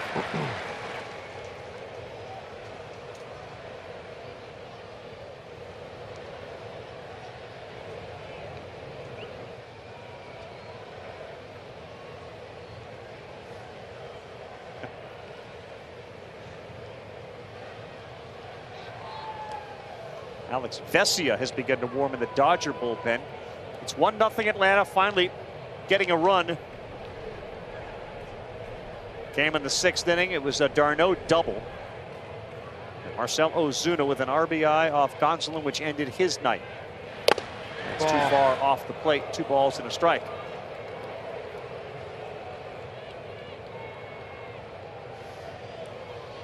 You really got to admire Chavez, right? I mean, he's been around a long time, 38 years old. Kind of reinvented himself along the way. Drafted in 2002. The Texas Rangers in the 42nd round, and here he is, still out there at 38 years old. A terrific career, outstanding for the Giants for a lot of years. It's a 2-2 pitch, just fouled off. This will be his 535th game appeared in the major leagues. That's a lot of Wagos. Yep. It sure is. And he's staying away against Trace. Trace is now diving over a little bit. That's what they decide to go with here.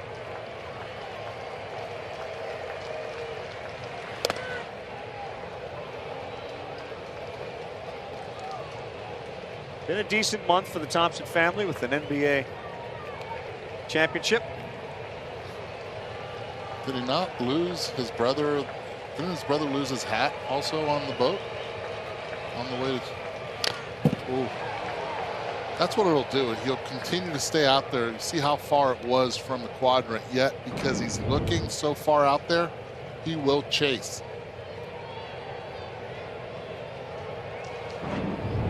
All that video that you watch when you're sitting in the dugout, you realize what's a strike and what's not. And if you're a hitter tonight, you've got to protect against the buffer zone.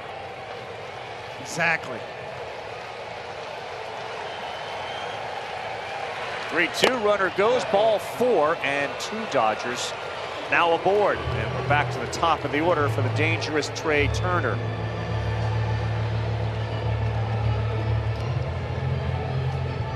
You can find a blooper jersey, a Brave hat. You can suit up this summer by going to MLBshop.com. Largest selection of authentic caps, t-shirts, collectibles, more. Outfit the whole family. Your favorite team's gear, go to MLBshop.com. All right, he struck out twice, grounded out to the second baseman. Turner with 2 on. Looks at 1 high, ball 1. Come on. The thing that strikes me about Jesse Chavez, for as long as he's been around, that put-away pitch. This is a pitch contact guy now. Very much. He's always been able to spin the baseball, kind of a frisbee slider. Yeah. And more of a 2-seam style now. He was Atlanta's opener last year, you remember, 4 times. And that's the call. That's why Thompson swung at that pitch. Yeah, and Turner is frustrated right now because he's already struck out twice in the game. In the second at-bat in the 3rd inning, he did not agree with strike 3. And you saw as soon as that pitch was called, he looked straight into the dugout.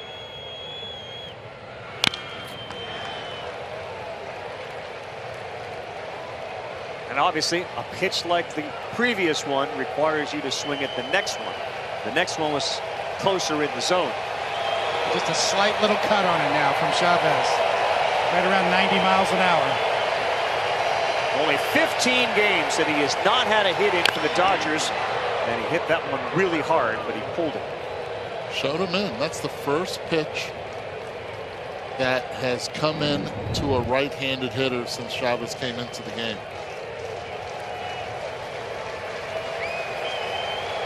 On purpose, speed up the bat. Now let's go back away.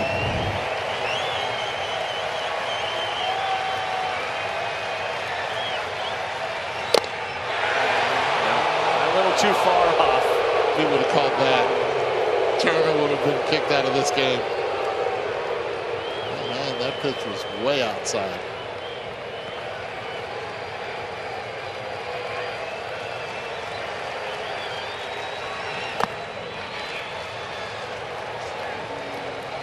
Yeah, and see, if he's not going to get that one, this is where the non-strikeout pitcher hurts you. And Freeman is on deck, could have the bases loaded, depending on the outcome of this Chavez offering.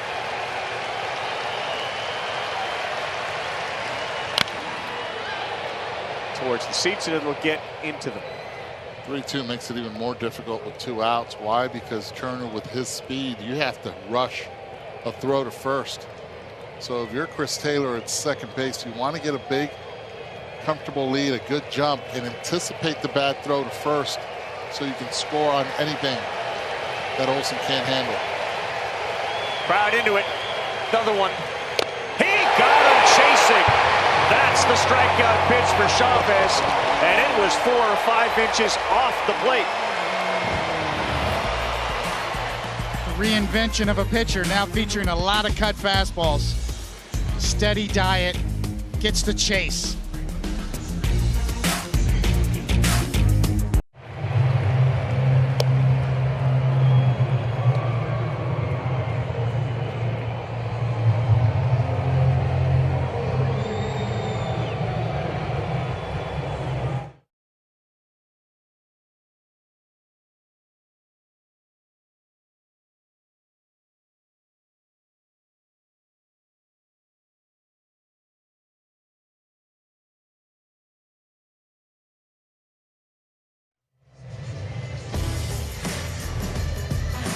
A lot of baseball with the College World Series in Omaha, and of course we're starting to ramp up on the youth circuit, Major League Baseball as well, which brings us to the best things we saw this week. We'll run around the horn. Want to go first? Well, yeah, I got to throw some props. I mean, one of the most exciting young players in the game is down in Miami, Jazz Chisholm. Yep. Yes. And recently had his grandmother in the stands, and she's a big part of his life. And it's just, those are the scenes that get to me every time, when you could see that kind of a reaction to her grandson, who is a young budding superstar. That just pulls on your heartstrings right there. It sure does. Now I know where he got his charisma from. Yeah. I got to go to Chicago, though, with Bo Dowling and what the Chicago White Sox did. We'll see that in a moment. We look now at Alex Vesia, who's making his 29th appearance. Scoreless inning yesterday. Chris Taylor's moved into left field. And Michael Harris leads off. Sounds like the bat broke, and it is caught over the head of Gavin Lux. Boy, he went back, looked like he had it, and then you see it drop behind him. Yeah, he misjudged that one completely. Did not go back hard, and the sound of the bat, it broke the bat, and I think it fooled him as well. Gavin did not think this ball was going to carry much, and it continued to just spin its way into the field. Leadoff man aboard again for the Atlanta Braves. Last 4 innings, they've had the leadoff man on. And with speed now, though.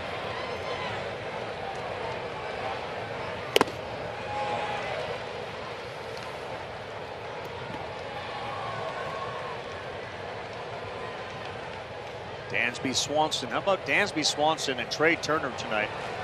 Hitless between them, 0 for 7 leadoff hitters who've both been so good.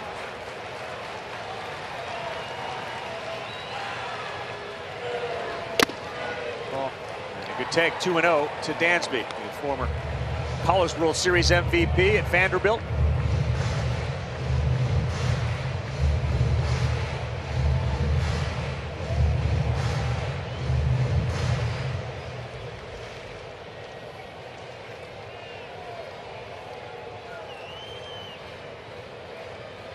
Three on the left side of the infield. He locked up there, but he watched the ball sail by for another ball. Vesia falls behind 3-0 after the leadoff single to Harris. I give him the green light here. The way he's been swinging the bat this season, especially this month, 0 for 3. This would be a good vote of confidence. I could not agree more.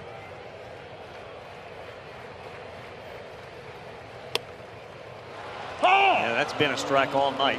And he took it like he was swinging, but it wasn't where he was looking for, and that's when you know you're locked in. Even in the strike zone, you don't go after a pitch on the outer half when those hips were flying open. He was looking middle in. And good job to hold up on that pitch. That's not the one you want to swing at on 3-0. Right side of the infield wide open. 3-1 pitch. Dansby hit that on the nose. That gets down in front of the center fielder. Harris was thinking about it. They throw behind him. Ooh, and he put the brakes on quick. So it's first and second after the Dansby single.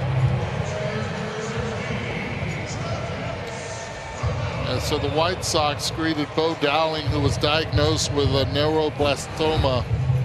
He got an up-and-close personal experience, got the behind-the-scenes, got the team jersey, was able to get the first swing of the game, and then the Baltimore Orioles participated in this along with the Chicago White Sox.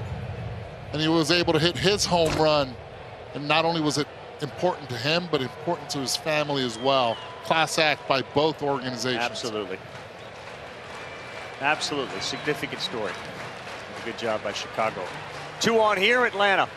And d'Arnaud late on 94.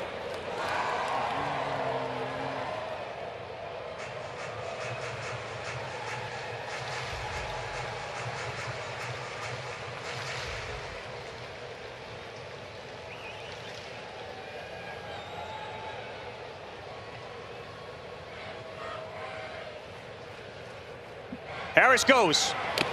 Oh, hit off of either the bat or d'Arnaud and gets away. So the trail runner advances. Boy, you don't see that very often. d'Arnaud did not move. It appeared as if it may have gotten the bat. And this is what the Atlanta Braves do really well. They're 6 for 6 in attempted steals to third base. And watch d'Arnaud, he doesn't move. He understands. He knew what the rules are when you're in the batter's box. Just don't move, stay still. Bat head stays straight there. Now they're 7 for 7 in attempted steals of third base. Look at his eyes, almost like he's anticipating. Oh, absolutely anticipating it. Wow, what a great shot that was. The eyes have it.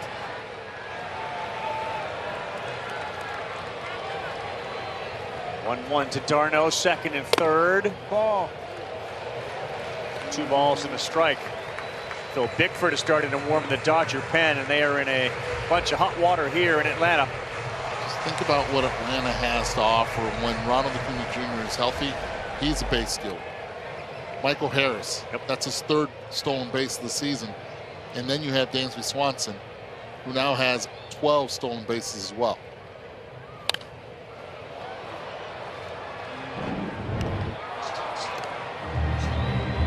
Look at his eyes. What a great shot. He's bracing for impact. Fantastic shot. I mean, he was 100% aware this could very well hit me or the bat. Yeah, good time to give a shout out to our crew here at 9 a.m. this morning, setting up to give us those kind of looks. Did they have hotel rooms? No. d'Arnaud will send that to the seats. Got a chuckle from Al over there. Yeah, I was with Alan. I flew down with Alan from Newark. And Alan was with me when we tried to check in. You know, the way that these teams prepare for everything, you have Harris on second base and d'Arnaud is up. But that almost looked as if, here's what might happen, so be ready for it. Like, that was a d'Arnaud anticipated. That whole play looked choreographed. Don't move. 2-2 with the infield squeezed in. And a broken bat. That's going to be fielded cleanly. And Turner will get d'Arnaud. Seen a couple of pieces of wood split during this half. Wonder if the attempted throw to third may have affected the bat. Yeah, should have checked the wood, right? Exactly. Good pitch, though. The cutter just eats him up inside. And this is the right play with Harris. Nobody out. You're not going to go. No take a chance. Second, third, stay right here. Now on this play, the contact play may be on. Let me ask you this, Coney. You want that ball, right? Because it hit where the pine tar is on that bat. Yes. And Vesia quickly said, give me the ball. I'll take it, rubbed it up. He's ready to go. He threw it away, though. And here's Olson. Big swing at the first pitch. It's a lost art, Eduardo. It really is a lost art. He got the ball back, looked at it. Why? It's a different generation of pitchers. They don't know how to use scuff balls. They don't know how to use the ones. Plus, it probably had a dent in it now. I mean, that was full of pine tar. It was ready for you. Another big spot for Olson. 0-1. Ball. How do you lay off that? Good job by Matt. Vesia sees the count go to 1-1.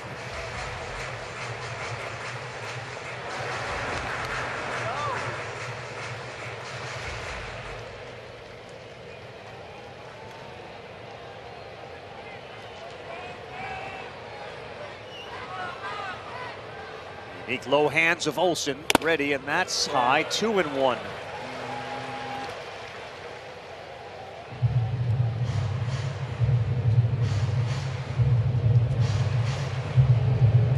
Snitker said there are similarities to last year, just happening a little bit earlier, where everybody seems to be playing well. And as a result, they have gone 19-4 this month.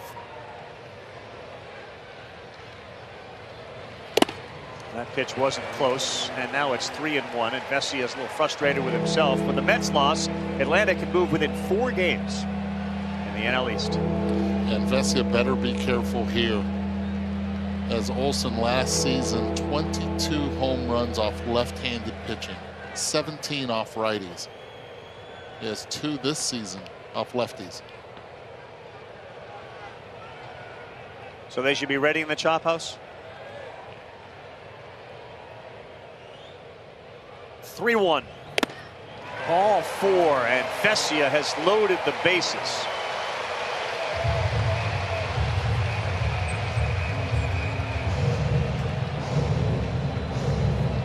And here comes Dave Roberts again. And it looks like we're going to have another pitching change. For the righty, Austin Riley. Yes, Vesia out, lights go out.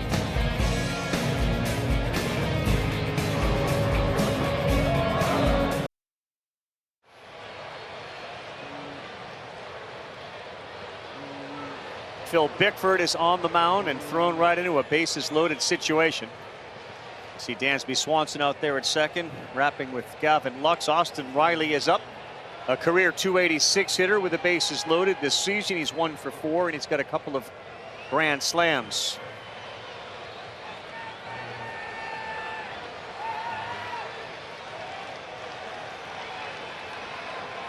Michael Harris with speed is at third in case the ball gets by Will Smith.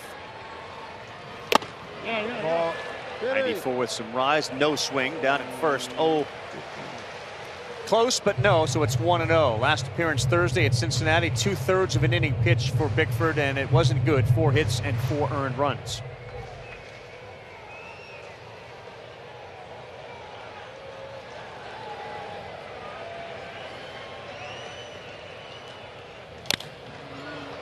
Fouled into the seats.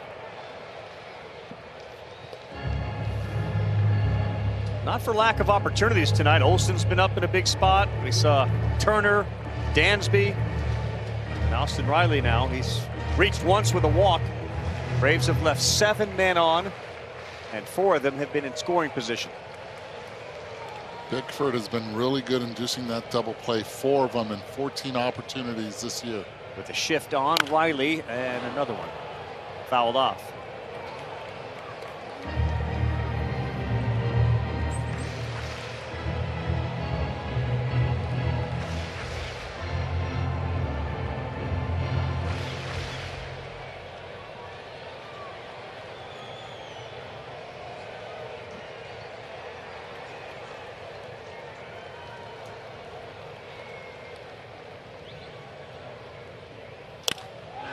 1-2 center field. Did what he had to with the great speed of Harris. Here's Bellinger. He will go to Turner. And the run comes in. So Austin Riley picks up an RBI, his 43rd.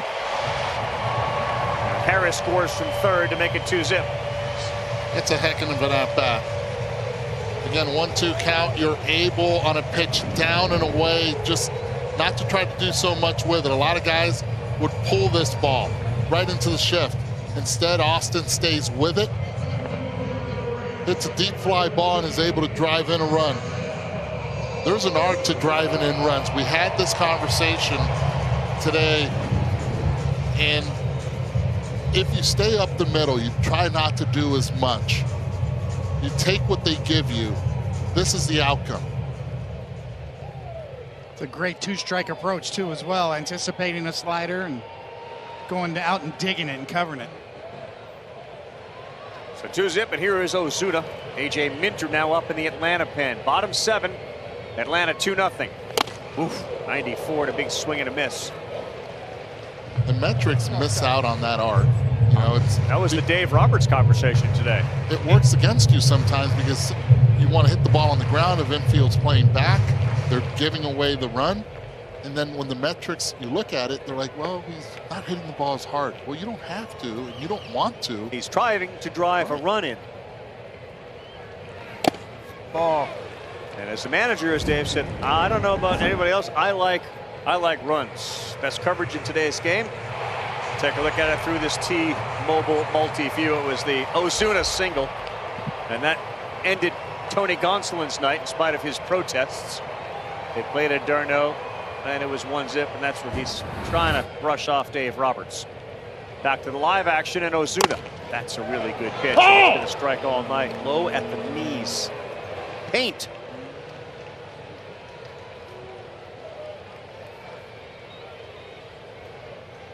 Bickford usually stays glove side against righties. Got some deception built into that motion. All arms and legs coming at you.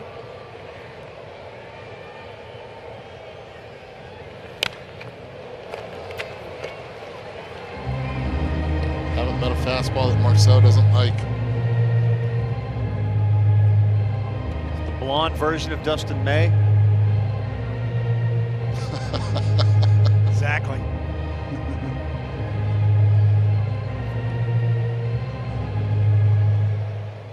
He's definitely a candidate for the All-Moss team, no doubt.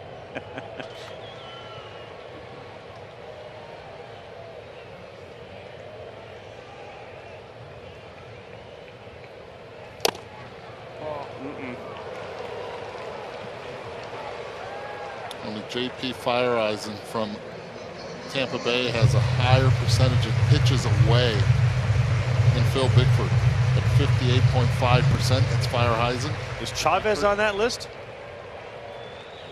Not on this list. Might be after today. Come on. That's right. You know, Gonsolin, who's been at the top of all of the lists for ERA, etc., fell off all of the lists because he didn't have the same number of innings as games played by the team.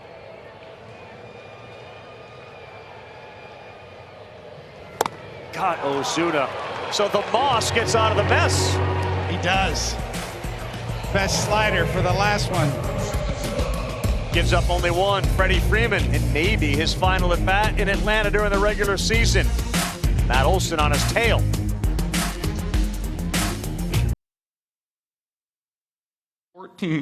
Freeman 5 jerseys.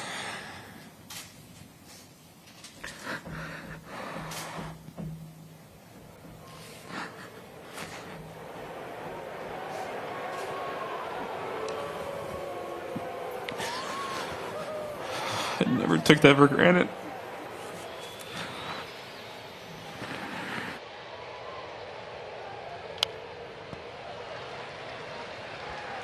Freddie Freeman on Friday when he returned to Atlanta, part of what has been a very emotional day for Freeman and an emotional series for him. And this here in the 7th could be his final at bat.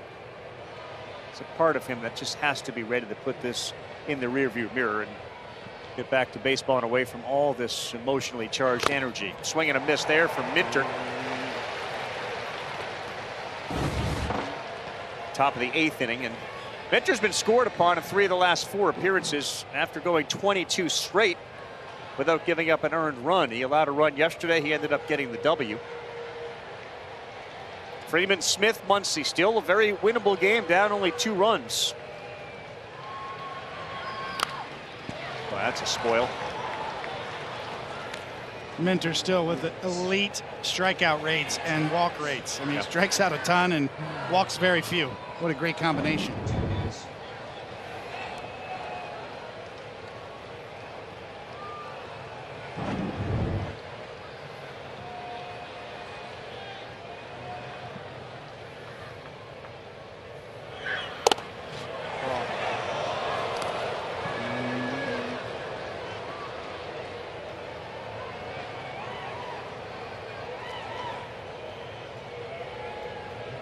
He's been outstanding with runners in scoring position. He just hadn't had too many opportunities with runners in scoring position tonight. A lot of other guys have. But given Turner hasn't really gotten on at all in front of him. There's a swing and a miss into the mitt. Freddie Freeman gone. 2 strikeouts tonight. A ground out to second and a single. This pretty much has to be exhausting for Freddie Freeman, right? It's almost like a player hosting its own all-star game when Trevor Story did it in Colorado, and you see those guys just exhausted. I think for Freddie Freeman, facing a pitcher and facing the staff, Minter nasty as can be. Strike 3, not the way he wants to go out in his last at-bat here. Razor blade slider on the black. Straight up for Will Smith, and this one on the ground at third. Riley.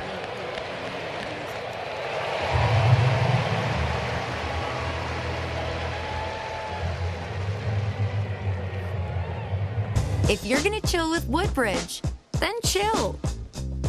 Because why not is a perfectly acceptable reason. And if it holds wine, it's a wine glass. Woodbridge, wine your way. Reyes Moronta is warming. There are 2 down here in the 8th inning, and it's Max Muncy next.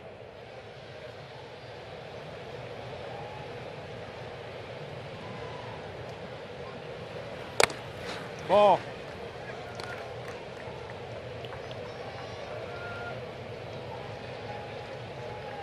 Brian Snitker has managed his bullpen perfectly.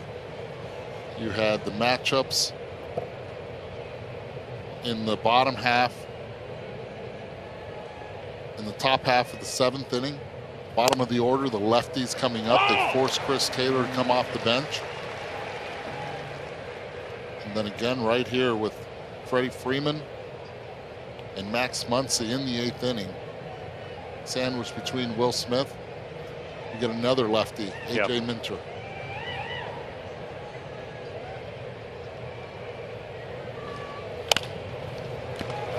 Riley read the spin on it, fires to first. Muncy retired. A 9-pitch inning for A.J. Minter. Middle of the 8th, Braves coming up, leading by 2.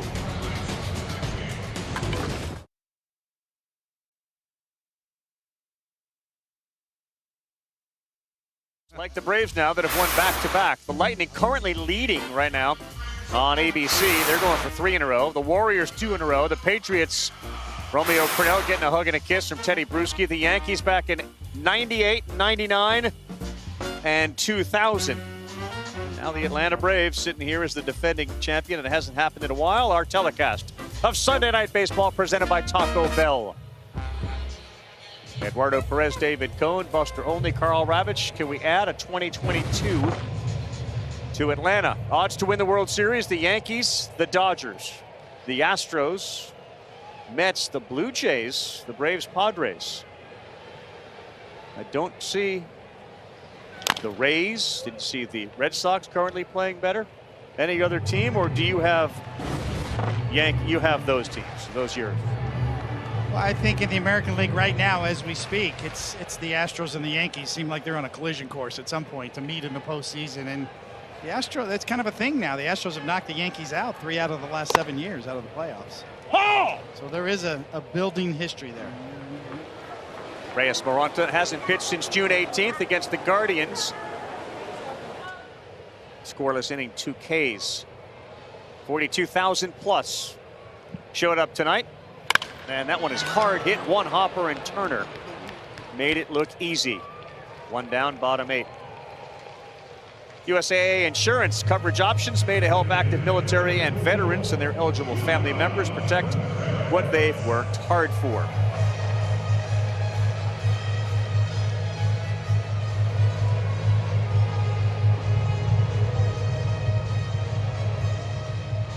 All right, we've gotten Freddie Freeman still dealing, and you can just see the exhaustion on his face. Buster, stand by. Best thing you saw this week was? Shohei Ohtani, his home run last night. Did you guys see it against the Seattle Mariners? I saw it because we were in Omaha and it flew right over our heads. 462 feet, 118 miles per hour, the hardest home run that he's ever hit.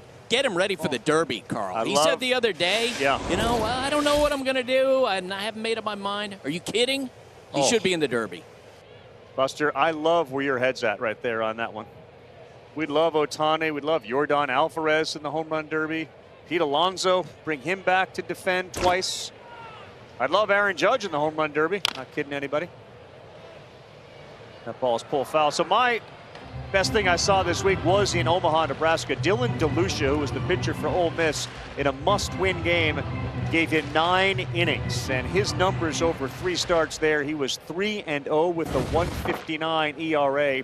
17 Ks, didn't walk anybody in 16 2/3 innings. Those were the numbers Thursday against Arkansas in a must-win game. So they didn't have him for games 1 and 2, and they obviously won both. 7 SEC players make the College World Series all-tournament team. And the Ole Miss Rebels were well represented. Congratulations to them. Dylan DeLucia was outstanding. The game he pitched took 2 hours and 6 minutes. I know. 2:06, Coney. 9 innings. Wow. Quick. Pitch clock, strikes, contact. How many seconds is the pitch clock in college baseball? 20. 20 seconds. Men on base? I don't think they change it. It's just the same. The same. Be interesting to see what happens next year. Well, the good news is minor leagues and those that are going to be pitching from the college game are used to it.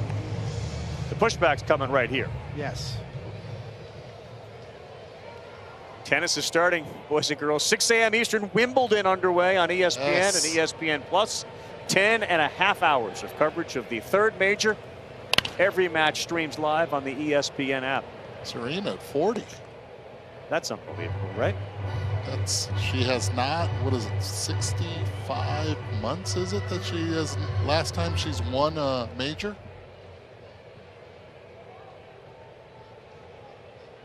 Because of her great success and her ability, she's become like the Tiger Woods of women's tennis. Like, there's always that hope that she can find that magic. And when you watch her play, you're like, oh yeah, when she's on, she's winning. She's on the short list of greatest athlete in any sport ever. Without question. Maybe number 1. Most dominant. Now 2 down to Duvall, and that one misses. How about Kenley Jansen last night? We may see Kenley Jansen again tonight. It looked like they were pitchers that we've seen last night. 96 late with some ridiculous horizontal movement that you haven't seen from him in a while. No, not only the movement and the velocity, but the repertoire. He's revamped his whole style. 2 seamers, much more variety to his stuff now. Tell you what, if there's a guy that's happy at a place, he's happy here in Atlanta. Yeah. He grew up watching the Atlanta Braves.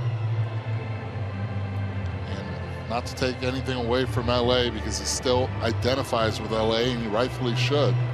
But if there's a landing spot, Kenley Jansen, this was the perfect one for him. He may be better than ever, too. Last night, certainly, like, whoa.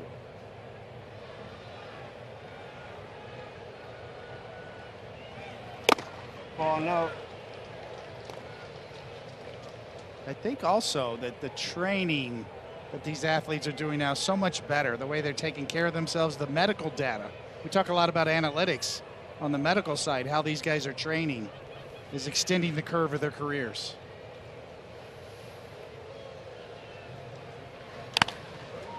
And that's to the seats. Biomechanics a big part of the game now. Players understand how their bodies move more than ever before. And they're starving for that information too. They are, and they're doing it on the private side too. Several players have benefited from facilities like Driveline up in Seattle and gone up there and really to understand their body and the biomechanics of how they do things mechanically and how to improve on it. 2-2. Swing and a miss, and Duvall is gone. Last night, Jansen threw the hardest pitch he has thrown since 2016.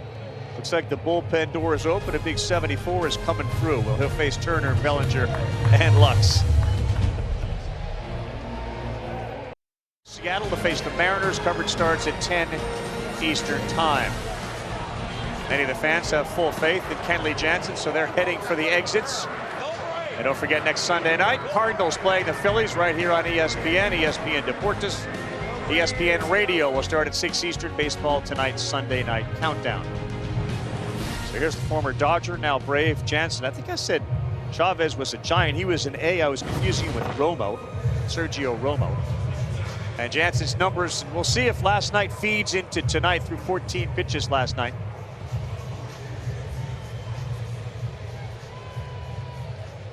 Duvall's moved to left. Heredia is into right.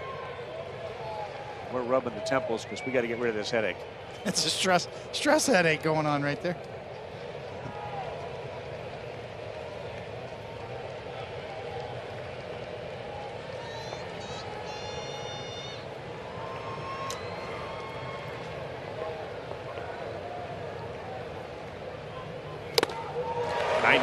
On the black to Justin Turner. By the way, third period underway in the Stanley Cup Finals. The Avalanche have a 2-1 lead over the Lightning, trying to end that series. The Avalanche 2, the Lightning 1 on ABC.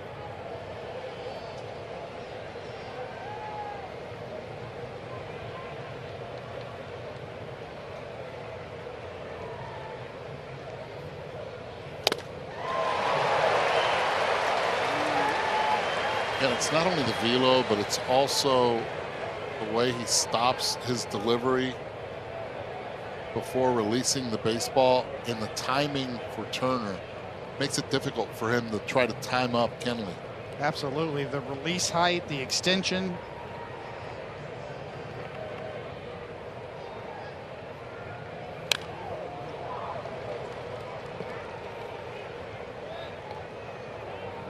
You know, when you break down this delivery, as Eduardo pointed out, the window that's coming out of at the release point, by the time he releases the ball, with all that action and the high front side, is almost 7 feet off the ground. 6 feet 9 inches off the ground, almost a foot higher than anybody we've seen throw tonight. 34 years young, rears back, fires another one, and he has certainly moved the pitch around the strike zone. The first two are right on the corner. Went up, and then he comes in. That's Justin Turner right here. Usually a high leg kick. Talk about timing. Wait. Did the tap and then the kick.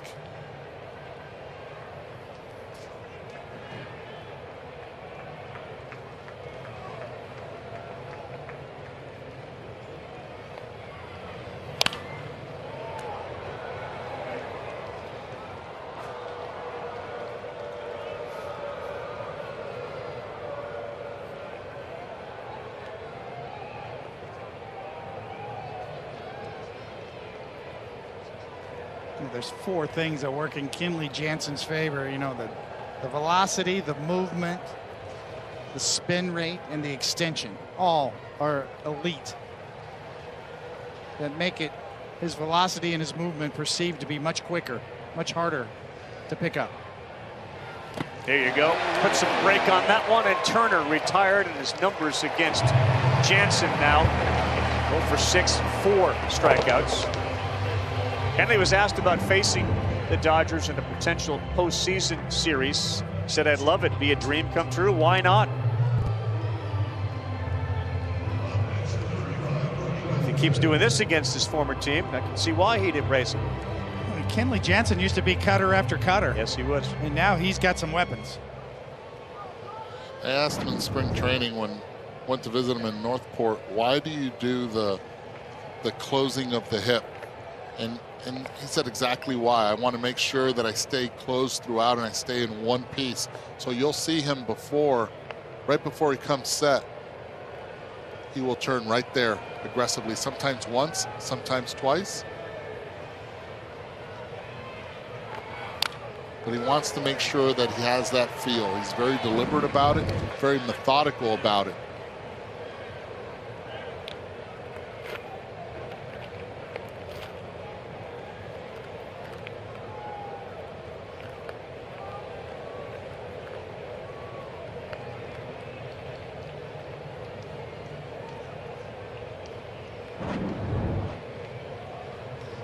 He gets into the routine again, ahead 0-1 on Bellinger.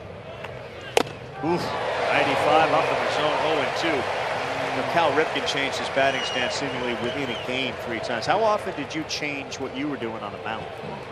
It would depend if I was struggling or not. And we'll see a look from the side here as Bellinger is going to be tardy and underneath that explosive fastball. But yeah, I would move on to the right side of the rubber or the left side of the rubber, depending on a lefty or a righty batting and what angle I was trying to create.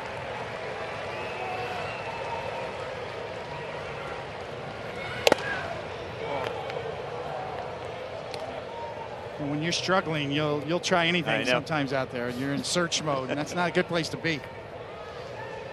Kenley's my career. Kenley has 370 saves, which is 10th all time. And amongst actives, he is second to Craig Kimbrell.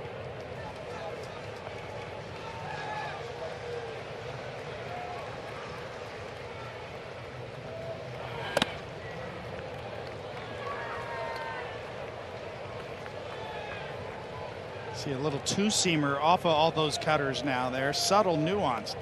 97 miles an hour, even though he missed. It's a completely different look and spin. You know, just to say it again, you know, that most people in the industry thought Kenley Jansen was in sort of the decline phase of his career, and he's gone the other way.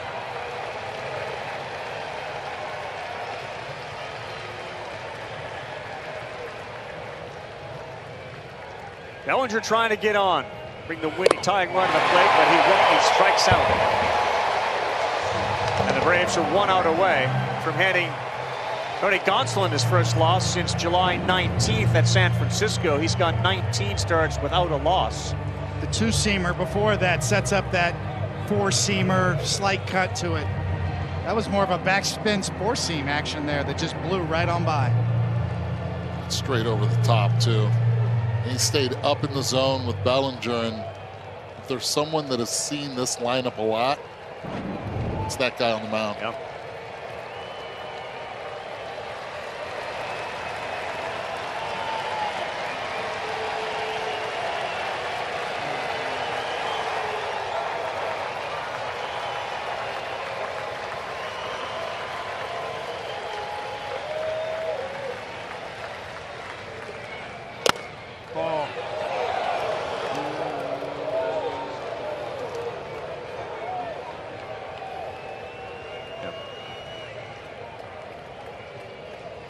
An Atlanta win would get them their 20th win of the month against 4 losses, and they have picked up a whole bunch of ground on the Mets.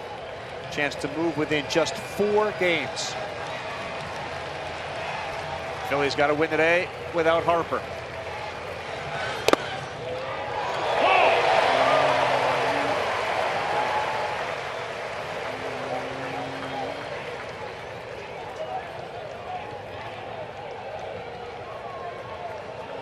Ball on a strike.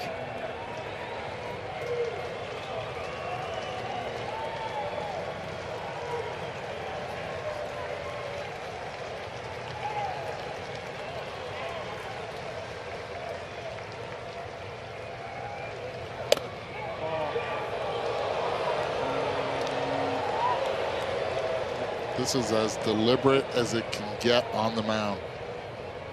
Now, he will be tested next year without a doubt with the pitch clock that's potentially coming in. And the clock would start not till he gets the ball and gets back on the mound.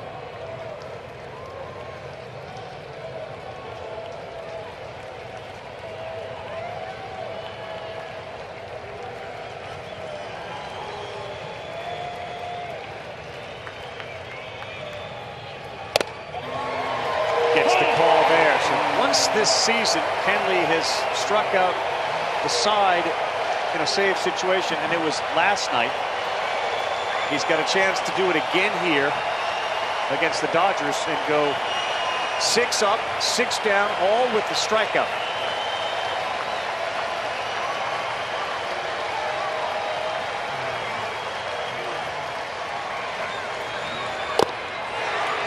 Instead, it's a full count, 3-2.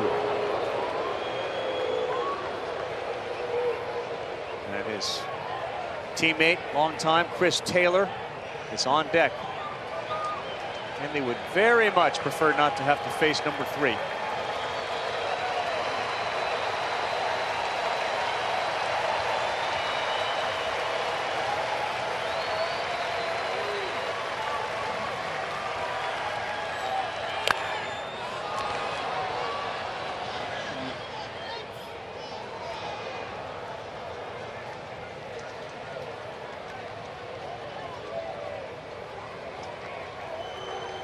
As a young Met pitcher, I could hear in my mind's eye, or think in my mind's eye, that Keith Hernandez would be saying right now, this guy can't beat you. You have to throw a strike. If you walk him, then the next guy can tie this game up.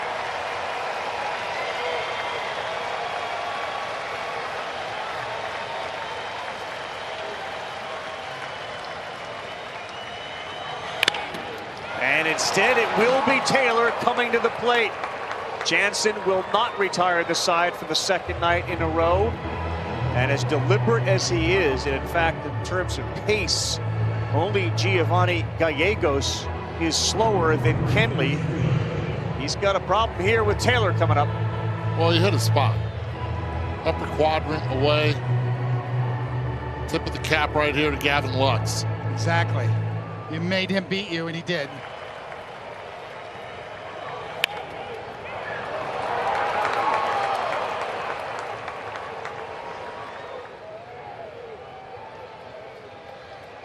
Chris Taylor didn't start the game, came on when we started to get into the bullpen changes, and the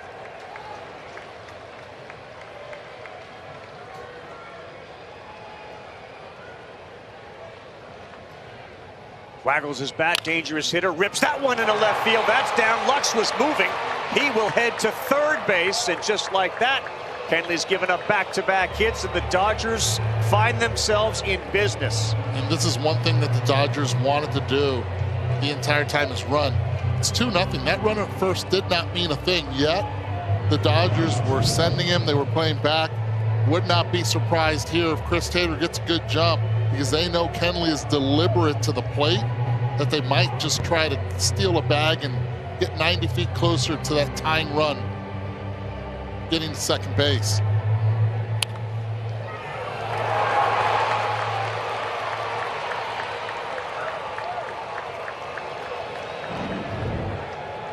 Here we go with Trace Thompson. 0 for 2 with a walk.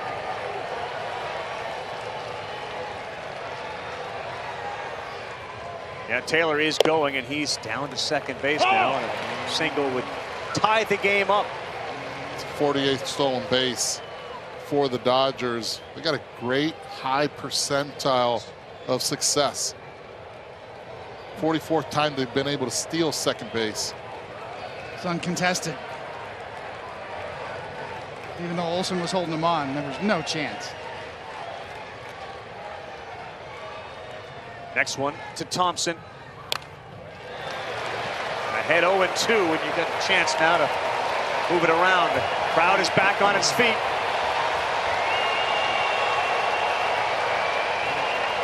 You got to think up of your Trace. Up in the zone, if he throws anything that cuts, it should be down, would look away. Any fastball would be up, but at least give himself a chance.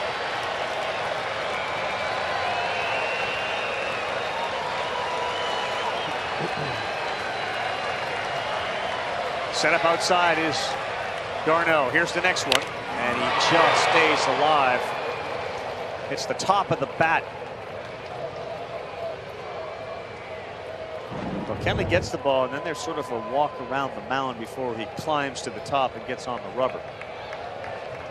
Game of inches. That was right on the end of that. 97-mile-an-hour cutter. LA is 0 for 7 runners in scoring position tonight. They've left 7 men on base.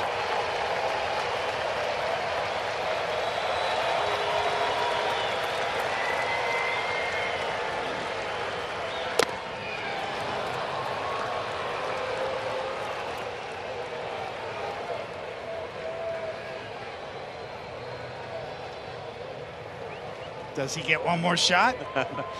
The script, I just checked the script. It said he should.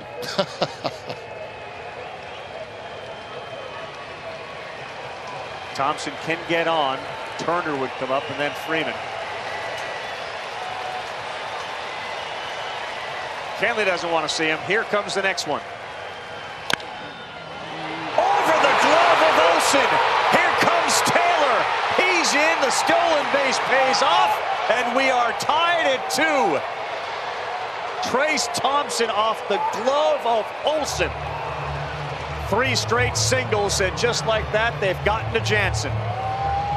Trace Thompson, who ended up getting traded back to the Dodgers because of need of outfield. Watch this swing. He has no idea where this ball went after he hit it. He's like, where'd it go? Wait a second.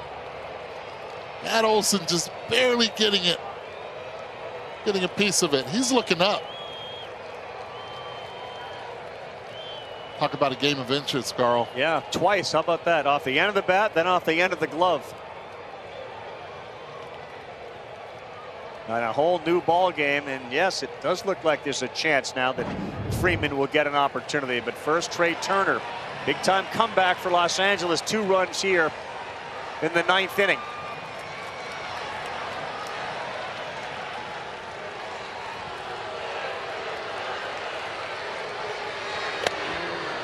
And again, the Dodgers being aggressive, runner at first base, down by 2. They send the runner, and again, runner at first and third. They send the runner again, gets into scoring position. Both teams doing it via the speed. To your point, Coney, it wasn't as if Jansen sped up so that perhaps you could have a play at Taylor stealing second. Unconcerned about it at all.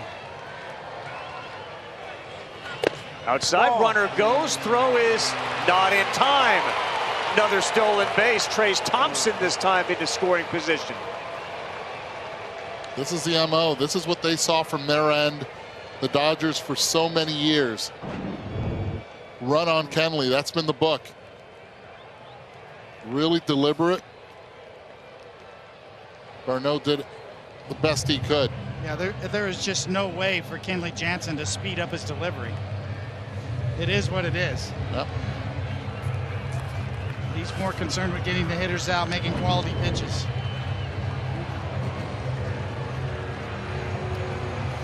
Now it takes Tony Gonsolin off the hook, so he will not get the loss. Darren O'Day now throwing in the Braves bullpen. Back-to-back nights for Jansen, and the second night started off beautifully. He struck out Turner and Bellinger. It was strike away. Lux delivered a hit. Taylor delivered a hit. Thompson off the glove of Olsen. Now the go-ahead run is at second. Freddie Freeman is on deck.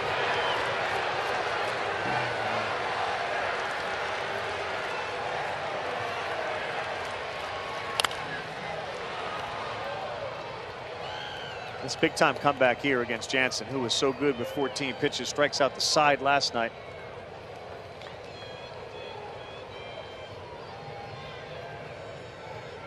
Dodgers did the same in the 8th inning yesterday against the Braves until Marcell Ozuna was able to hit that big home run.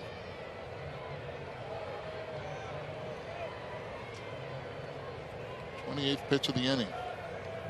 Season high 30 for Jansen.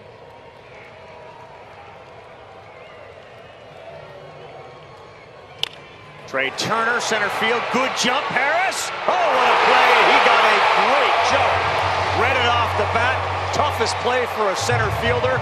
Right at you, and Michael Harris makes sure we stay tied.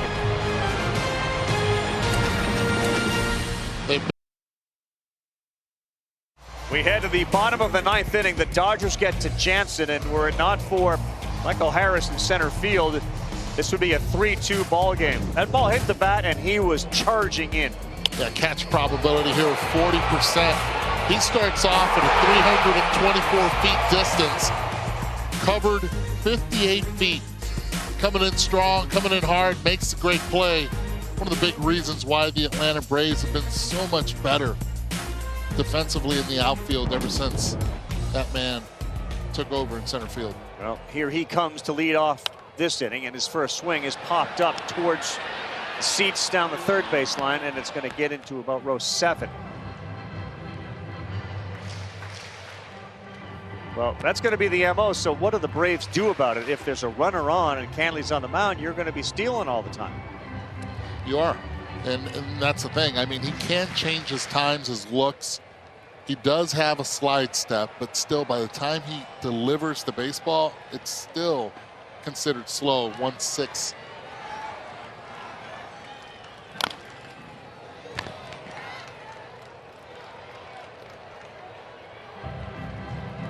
Yeah, the problem generally when you have a slow delivery like that is if you start tinkering with it and try to change it to speed it up, the quality of the pitch usually goes way down. Then you end up giving up big flies late in the game. Ahead 0-2, they shift on Harris. Fouls it off to stay alive. If you ask Kenley, he'll just tell you, well, you shouldn't allow base runners. Do what he did yesterday. Do what he did with the first 2 hitters. That's why they like bringing him in a clean inning. The game will humble you, won't it?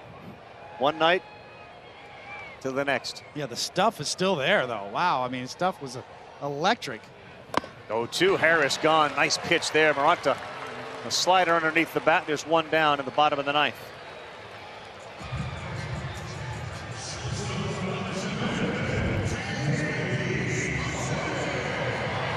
Another look. Right over the top, down and in.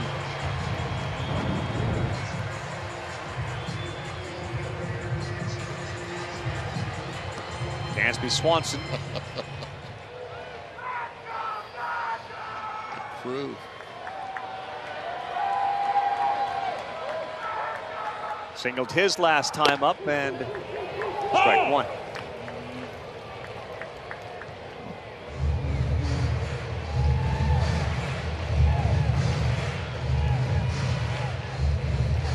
Four walk-offs on the season for Atlanta. Dansby's got 5 walk-off hits.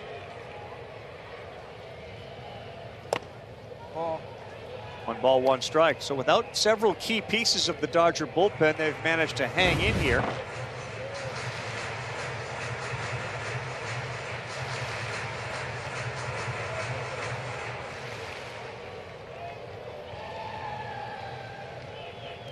That's way outside. Phillips wasn't available. Price wasn't available. Gratterall wasn't available tonight.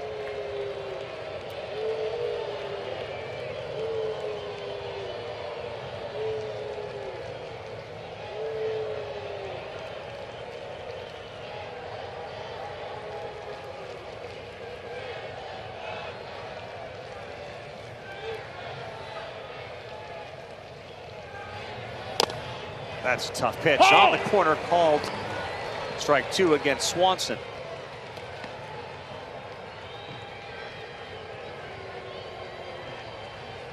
Pretty well located slider right there.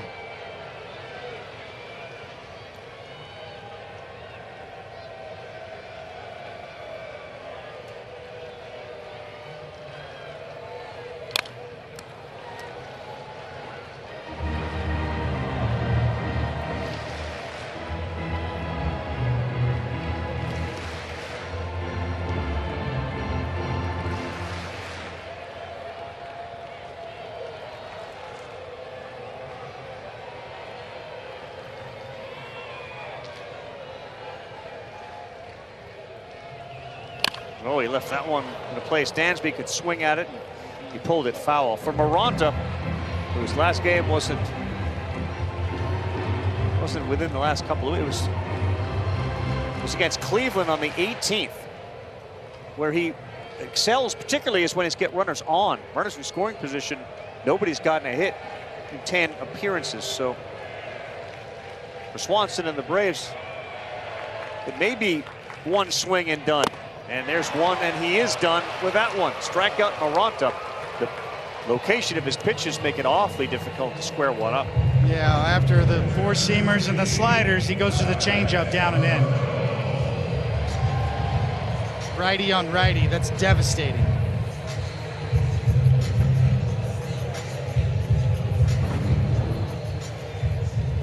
Well, 2 outs. d'Arnaud is coming up, and if we do get to the 10th inning, Trey Turner made the last out, so that's all sorts of speed at second base, and Freddie Freeman will lead off for the Dodgers. And the fans will get one more look at Freddie Freeman if that were to happen. Several teams will opt to walk the first guy up with the runner at second. d'Arnaud beats that into the ground, and Turner takes his time with it, and we will go to the 10th inning. Maranta was very good in relief for the Dodgers. Turner goes to second. Freeman comes to the plate. We go to extras on Sunday Night Baseball. I think I've always told you guys how much I love the Braves in this city. And I thought I loved this city and this organization a lot, but I think you can tell how much I truly do love this organization and this city. To present Freddie Freeman has probably shed more tears in the last 72 hours than he has in a long, long time. His return to Atlanta, the fans have embraced him, but he has been emotional since the plane landed. First drive over here, he saw 14 Freddie Freeman t-shirts, and every turn he makes away from his old clubhouse to his new one has been a painful reminder that the whole negotiation did not go the way he thought it was going to go. Now he comes to the plate in the 10th, Turner on second base in a 2-2 game. Will Smith, new pitcher, threw 15 pitches yesterday.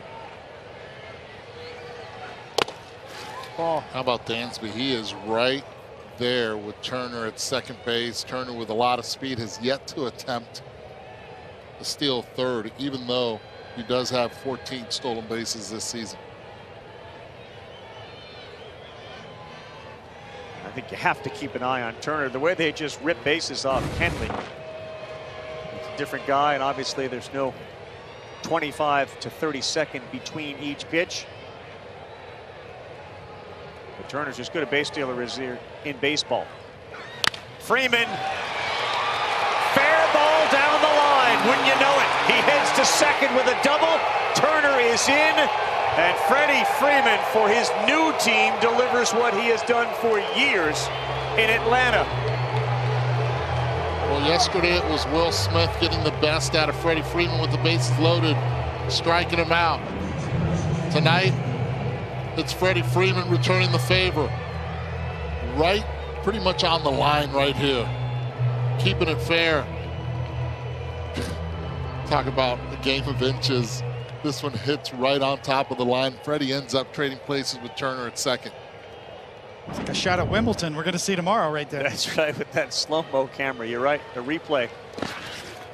Well, I'm sure for Freddie Freeman, actually I'm not sure. I couldn't begin to extract the emotions he's feeling given what he's dealt with the last 72 hours, but it certainly for his team feels great. I'm sure for him, helping out the club that's paying him all that money feels really good.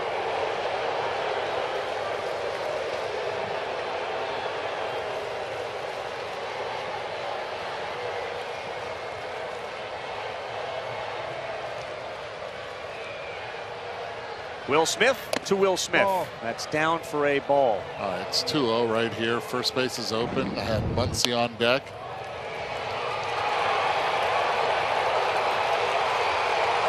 That has to feel good for Freddie.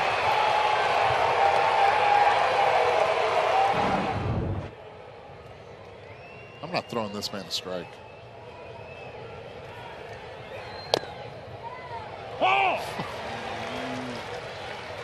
I'm sure the post-game press conference, regardless of how the game ends, Snitker will say, that's about the last guy I wanted to see up in that spot. Had a chance. I mean, if that was the way you wanted to go, to walk him and just have him be on first, but it's no picnic pitching to this guy. And Smith elevates one deep to right center field. At the track, Freddie makes the play. Freddie will tag and go down to third base. Will Smith can absolutely rake, and that's one of the big reasons why Dave Roberts told us that with no Mookie in the lineup, his bat has to be in the lineup. It's a right-handed bat that is consistent both against righties and lefties, and one of the most important bats that they have. So when he's not catching, they'll DH him. Those of you waiting for SportsCenter, it'll come right up when we're done. They'll have much more on the Avalanche winning the Stanley Cup over the Lightning, so the Lightning do not go back-to-back. Colorado wins the Stanley Cup on the road after the Lightning was so great. 2 in a row ends there for Tampa Bay as the Avalanche win it on the road, and the hockey season concludes. Don Anderson, Michael Eaves standing by with SportsCenter as Smith. A 1 to Muncy. That's a good pitch. 0-2.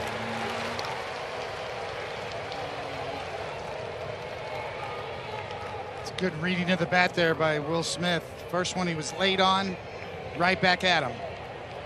Muncy couldn't pull the trigger.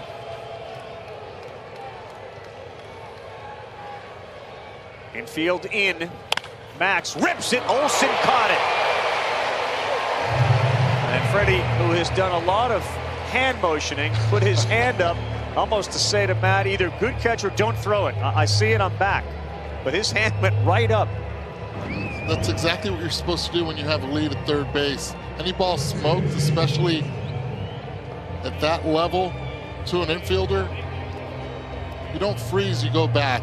And Freddie did exactly that. Watch, he takes his secondary line drive. Whoop. Don't throw it over here. I'm right where I need to be. They're going to intentionally walk Justin Turner after Muncy lines out.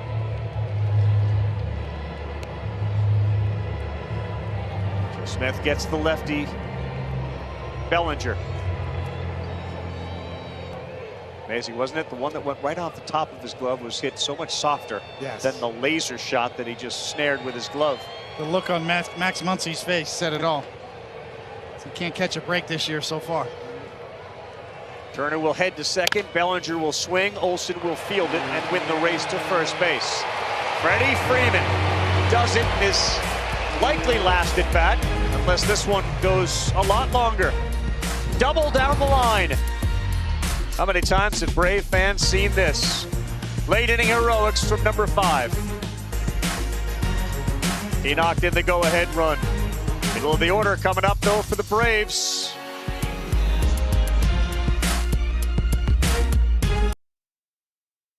Kimbrel is on. Sarah Langs gives us the good note that Freddie Freeman 8 times in extra innings delivered the go-ahead or game-winning hit in games, 2 of which Craig Kimbrel got the win. Now they're obviously in Los Angeles together. Craig's not in line to get a win, but it's certainly something that Freeman is going to influence. 51% chance to win now, the Dodgers. It was way down there, and now it's way up there. It's interesting. It's only a 51% chance with Kimbrel on the mound. Runner at second base. I know, runner at second. It's Travis d'Arnaud who's down there at second. Trading closers. How about this? Craig Kimbrel, who made a name for himself here with the Braves for so many years. And who, of course, is up now, the guy that replaced Freddie, it's Matt Olson.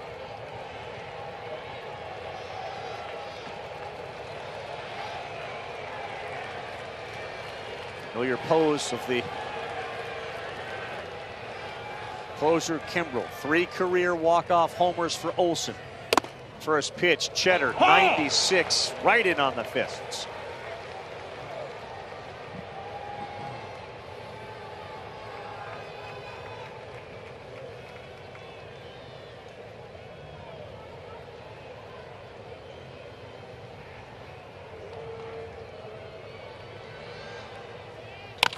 Olson lines that one into right. Darno's being waved by Washington, and Matt Olson does what Freddie Freeman does.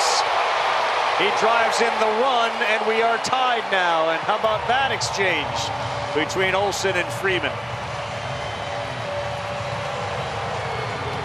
Matt Olson has to feel good with this one. This is a slider. Pitch stays right down the middle, and he drills it into right center field, gets the base hit, and you can see some excitement from Olson. Good sound off the bat. Darno scores easily. One of the reasons why the percentage points were where they were. Yep.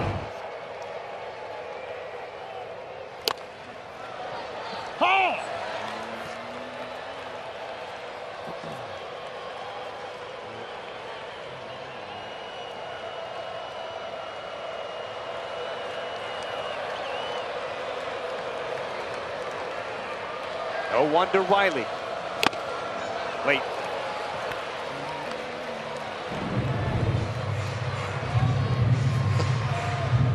Oh, look out. Uh-oh, the chop.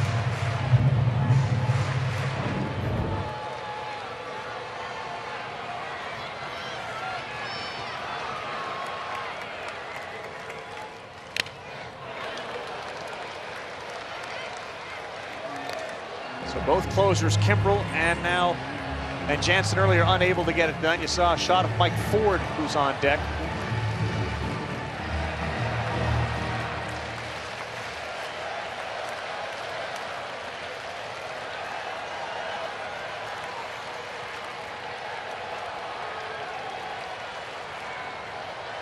Hunted the last 2 fastballs. The slider got hit by Olson. Here comes Kimbrel's pitch, and boy, that was by him at 97. He's able to get a piece. Late night rally cap.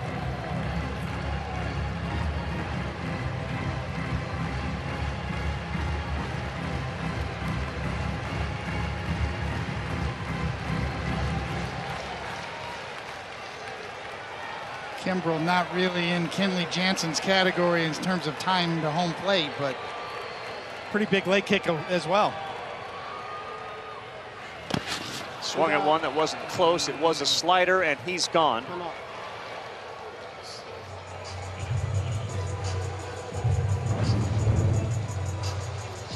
Makes a nice adjustment, gets his slider down and in the dirt. And once you commit, it's over.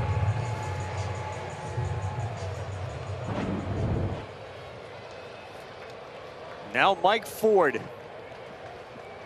who made his debut with the Giants May 1 against Washington DFA, traded to Seattle May 12th, 16 game for the Mariners, then Atlanta claimed him on June 10th.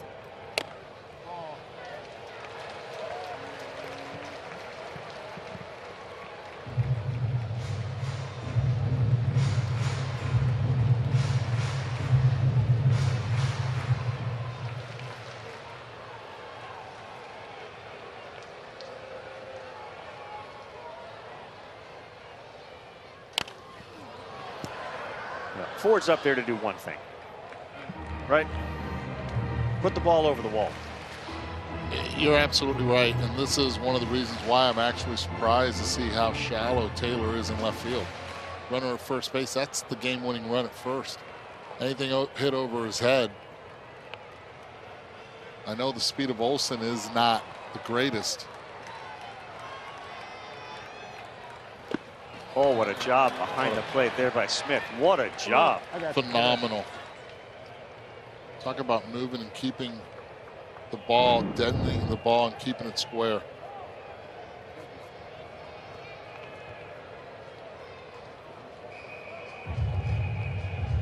had plenty of time to get ready for that one. That was about 55 feet.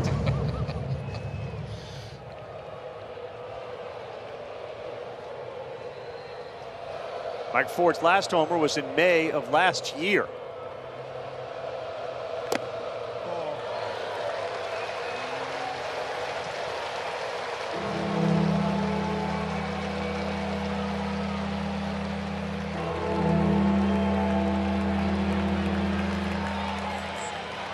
Orlando Arcia is on deck.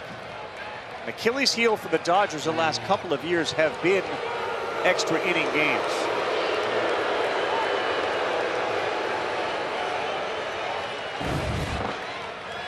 Check this out. In the 9-inning games, 80 over. In extra inning games, 6 and 17. The one-run games, 4 under. Blowouts, they win a lot. Ford. Oh, what a play! Freddie Freeman, foul ball. Just bounced. Foul ball. Freddie went to tag the bag, and the first base ump was all over it. On a shot from Ford. Let's see. Great call. Ooh. It's a really good call and good communication by the umpires. Reason being, anything in front of the bag would be Malachi Moore's call, but Alex McKay was on it. McKay looks at Malachi Moore before knowing that he gets the call. They communicated, he then makes the correct call there on foul ball. 3-2 to Ford. Olson goes, that's out of play. By the way, that shot off the bat of Ford was 110 miles an hour. Well, you called it, Carl. I mean, Mike Ford is in there to do one thing, and he's always had tremendous power and a good eye, too, throughout his minor league career. Did hit 12 home runs and with the Yankees and 143 at-bats back in 2019. Olson was running on the last pitch. Same thing here? Same thing. He is going 3-2. Ball 4. I believe ball 4 called, so throw down irrelevant. No call for Malachi Moore behind the plate. Olson to scoring position. And that was a good job by Muncy at second base just to make sure the ball stays in front of him. Ball 4 Smith ends up throwing it. Gets into the outfield. Bellinger really did not attack at all from the outfield. Could have been runners at first and third.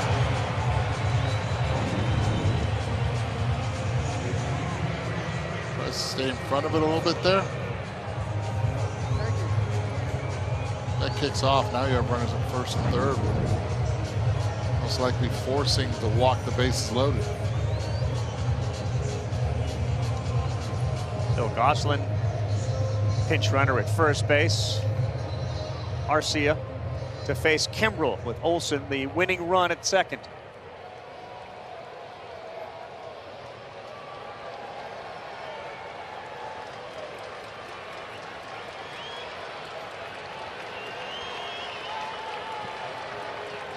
Outfield is very, very shallow in case one's in front of them and they got a chance to get Olson. That's a first pitch. Slider in there for strike 1.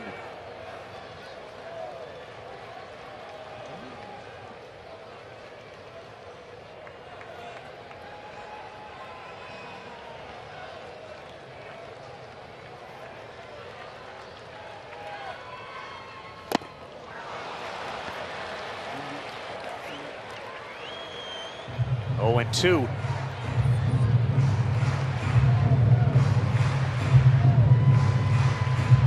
There was a time when Kimbrel was in the upper 90s, close to 100 miles an hour, and settled in now in the mid-90s now, 95, 96. Much more likely to throw his curveball nowadays than ever before. 0-2. Didn't chase. Same pitch, didn't chase that time. Garcia had a knack for postseason heroics with the Brewers. Bears down when it's important. He's already had a couple walk-offs this year, so gets a little bit more patient in situations like this.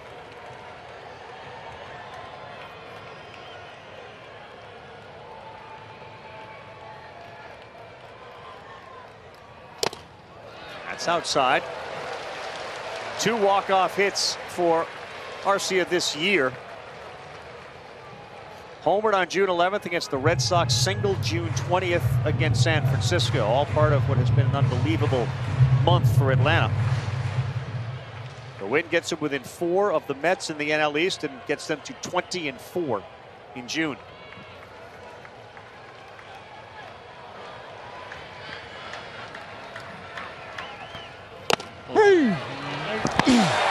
Laid punch out. Kimbrel gets the strikeout of Arcia. He was sitting curveball. And he got the number 1. Right at the knees. You know, we talk a lot about throwing 4-seam fastballs up in the zone. The ones that are right there at the knees, they kind of jump into the mitt. They look like they're low. You can get fooled on low 4-seamers as well. Well, the baseball world now is up with fastballs. Maybe that comes back into vogue. Certainly the 2-seamer down there is good. That was knee high. Now Contreras with 2 down. And if you guys recall, before the high fastball was in vogue, it was Craig Kimbrel actually that always lived up in the zone. Yeah, good point.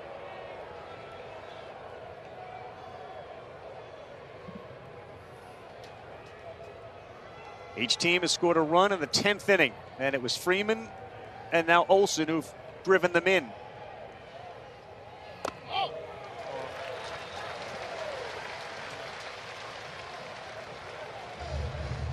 Is Wilson watching this somewhere? Oh, yes. I'll tell you this, though. Outfield is playing really shallow.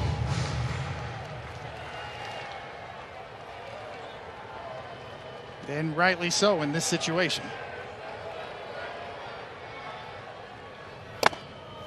That is another knee-high 97-mile-an-hour pitch from Kimbrel.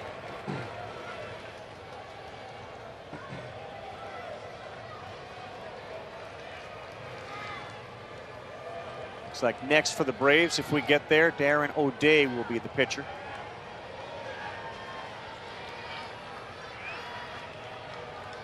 William Contreras trying to plate Olson and win the game. Outside. Boy, there is an upright stance, and then there's William Contreras' stance. I mean, that's as upright as it gets. No bend in the legs at all, completely straight up and down.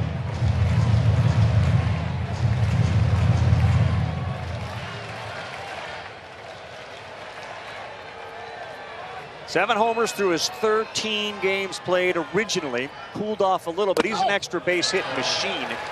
And he's got a good eye at the plate. I'll tell you what, Carl, he has had some really good takes tonight. Already with 2 walks. He's worked those counts, worked those at-bats.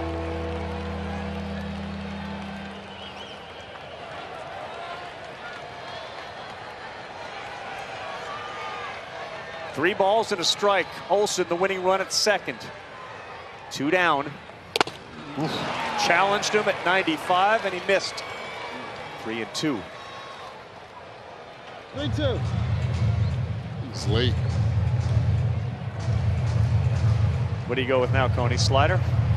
Well, this is the part where you can outthink yourself. If you're Kimbrel, you're reading the bat, and he was late, like Eduardo says, then maybe you try to back it up with another fastball.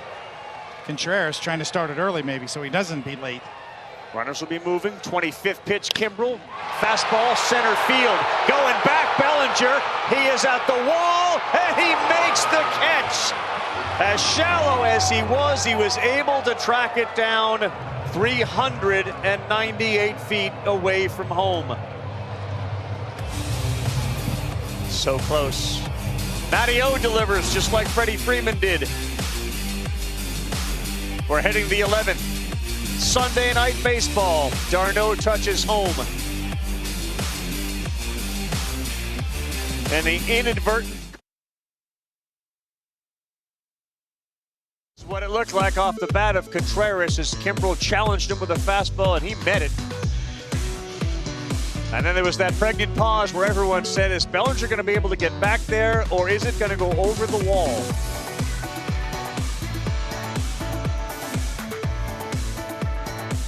The answer to both right there in the glove of Bellinger. And as a result, we head to inning number 11. 3-3 ball game. Bellinger, the guy standing at second base. Gonsolin has gone in to play right field for the Braves, and Darren O'Day is now on the mound. First pitch, outside corner, given called strike to Gavin Lux. Freddie Freeman going to get another at bat? We're going to play that crying video again? Are you producing now? You're seeing a pattern, aren't you? 7th Brave pitcher tonight, Darren O'Day.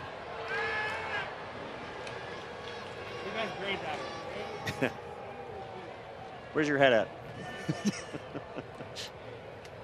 There you go. Keep him loose. Keep him loose, Justin. It ain't over yet.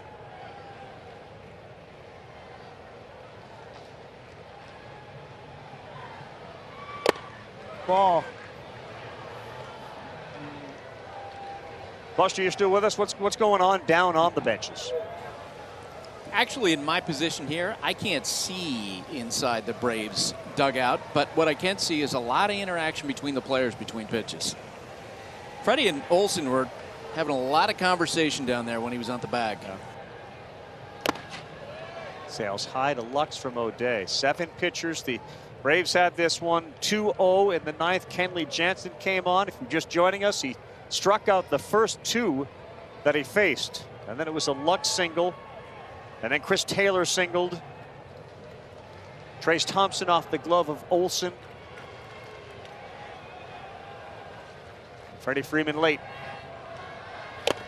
Ball. That misses, and Darren O'Day behind 3 balls, 1 strike.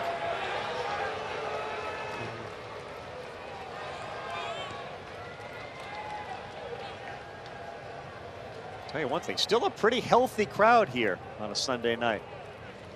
Early 2-0 lead leavers. The rest haven't moved. 3-1, that ball towards the gap. Harris, can he get this one? Oh, he ran that down. There is no area that the ball's going to land right now where Michael Harris can't track it down, and he glides just like Andrew Jones used to. Yeah, he gets to the point, to the spot, continues the run, gets really good routes. That's one of the big MOs, a straight line to where he needs to be. No substitute for speed and athleticism, and he has that combination. He just outran that ball. From our vantage point up here, wow. Amazing, a plus 9% success rate added. And that was 104 feet he ran to make that play. I thought the 79-foot catch was impressive earlier. And here's Taylor. Well, he's shown the ability already tonight to go to his left, to go back on a ball. We saw him dive on a play in front of him. The metrics, Mike Petriello is going to be loving the metrics of Michael Harris. Doesn't take him long to get going fast either. O'Day trying to wiggle out of this. As on the fly out, Bellinger moves to third. Jackson Stevens, who would be the 8th pitcher, is warming. Taylor, that's off the glove of Riley. That's a fair ball. Taylor pointed towards second. That's where he will go. And Riley, right on the foul line, had it go off his glove. Carl, if he wouldn't have touched this ball, it would have gone foul. At least from this vantage point. Let's take a look from the camera on left field. This ball would have ended in foul ball territory, most likely borderline. You couldn't tell from that angle too much. But again, you have to go for it if you're Austin Riley. It's the right thing to do. Of course. And good job of base running also by Bellinger going back to the bag. It's a great point. I mean, we'll never know if that was going to be foul or not, but instinct rules, and you got to go for it. Chris Taylor's had 2 very big hits for the Dodgers. They now lead 4-3 for Trace Thompson.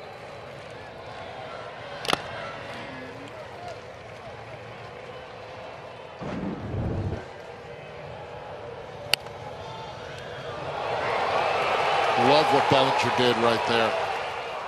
Get back to the bag. Can't tell. That was going to be close. You're right. You have to go for it. Swing and a miss from Thompson.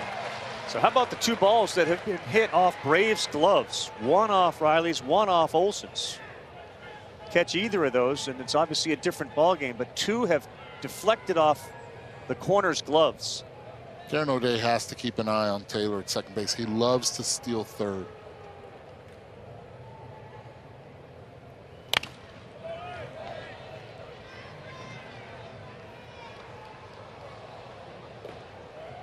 I don't think we haven't had this situation. Where were you with the runner on second base?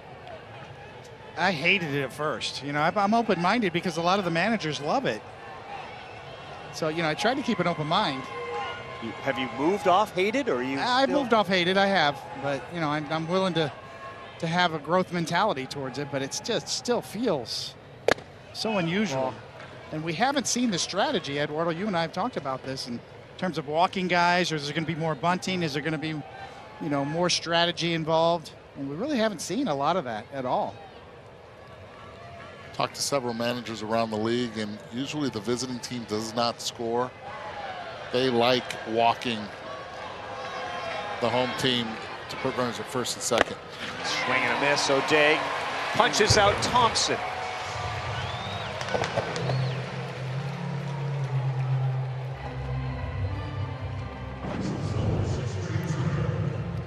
From down under, the upshoot slider, seemingly rising.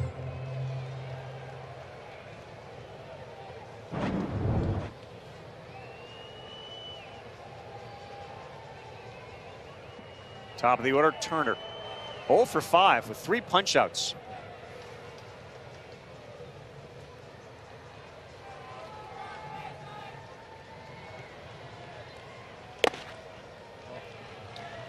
It feels like it's the pitcher in you that's just kind of down on that idea. Like, how did that guy get there? Yes, that's part of it. I'm biased. We all have our own internal biases. Yeah, and I'm certainly no different. It's like, I didn't put him on there. You know? And it's an unearned run from the pitcher perspective, but I get it. Like, I'm out here. How'd he get here? Long night of baseball here on Sunday night. SportsCenter standing by. There he is.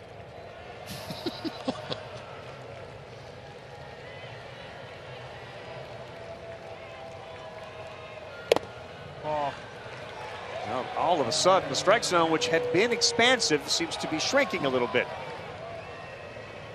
There was a pitch in that Taylor at bat that was not called a strike.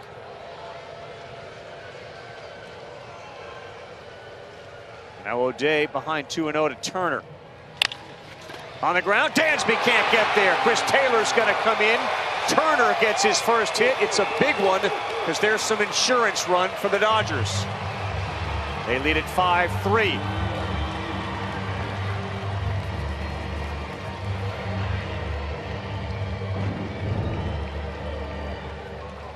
Another slider. This one does an upshoot. Back up the box. That's a salvage at bat right there for Turner, for being 0 for the entire evening. To get another opportunity sure makes that flight out of Atlanta a lot better. Turner, Taylor. Taylor, Turner. Jackson Stevens now in the Braves' pen. We'll be back in a 5-3 game. 51% chance to 84% chance to win. That's where we stand as Freddie Freeman comes in. For having told the Freddie Freeman story so often tonight, it feels like he's coming up for the 27th time.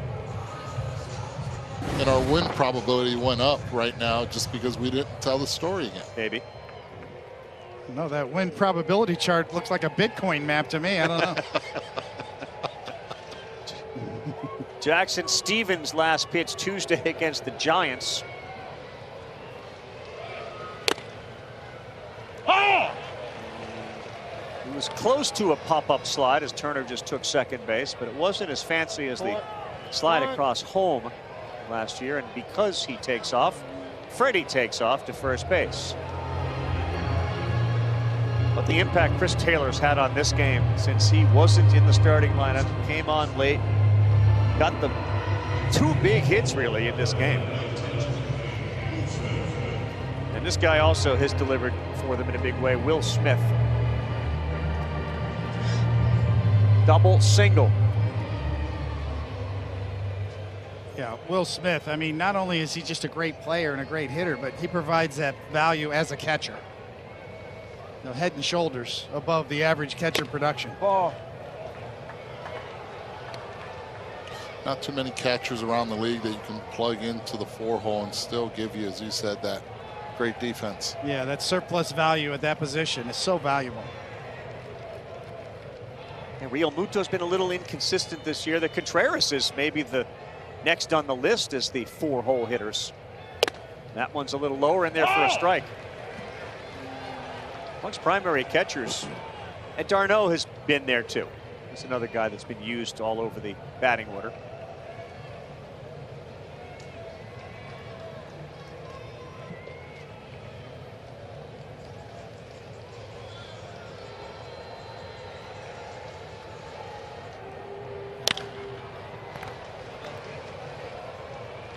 Tell you, if you came here tonight, there's a good chance you're leaving with a baseball. There have been a lot of foul balls.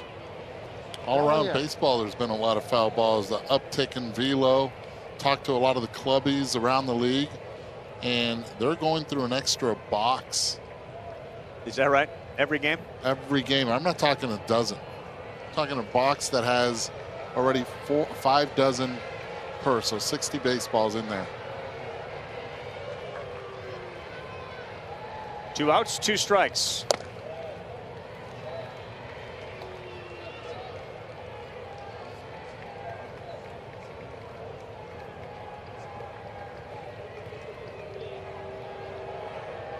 Let's keep an eye here on Freddie. Just watching Turner at second base. He'll take a big lead, and his eyes are, if you're going, I'm going with you.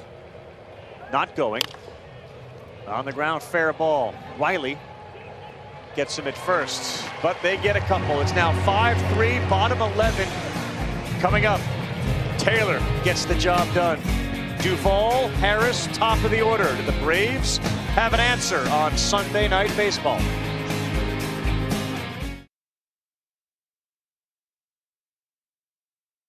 Available.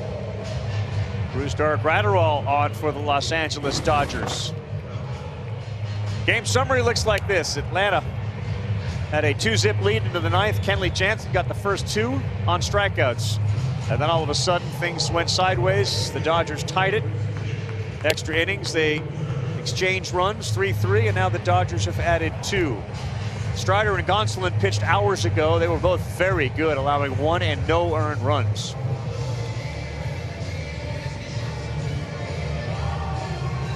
And this is the guy here that if you're going to slam it shut, he's the slammer. Pretty average-ish as far as base on ball rate and K rate this year for a guy who could throw a 100-mile-an-hour sinker.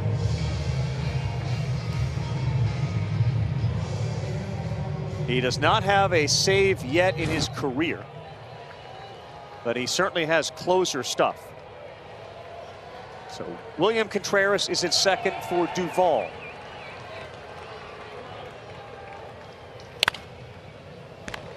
That was 101.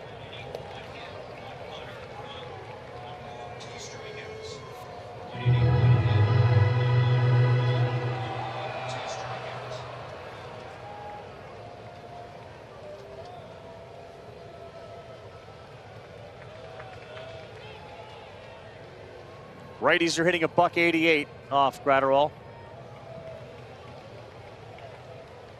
They are 13 for 69 in 32 1/3.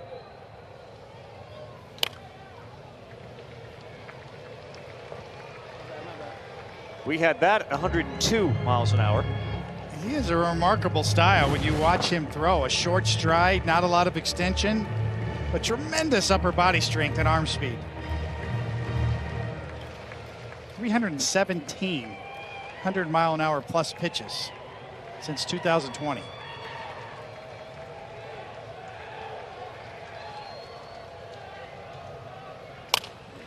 And this to first. It'll get the runner to third, but Duvall thrown out, and there's one down. And it's interesting, as hard as he throws throughout his career, he's never been a strikeout guy. He's been more of a contact guy, soft contact guy as that.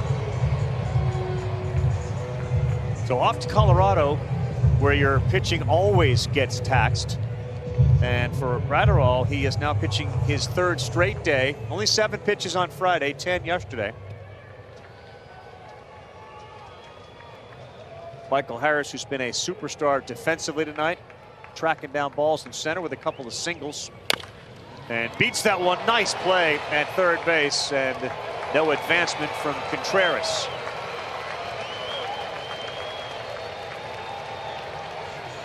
And there are 2 down.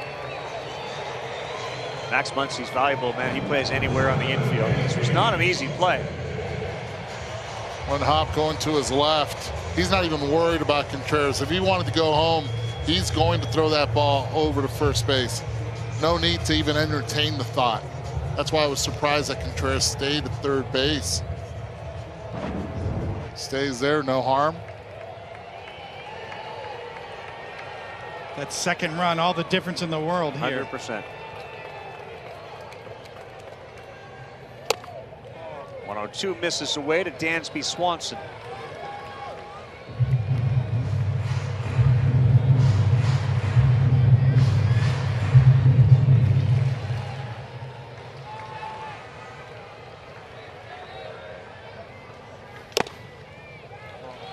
Climbing the ladder, Coney, pushing 103. He is just one strong dude, and hey, the faithful are still here. Swans don't go to sleep.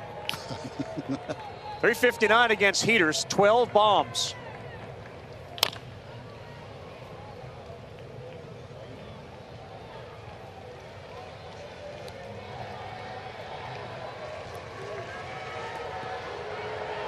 John Anderson and Michael Eaves are rooting for this game to end. They have been on deck. It's like being stuck in the perpetual on-deck circle.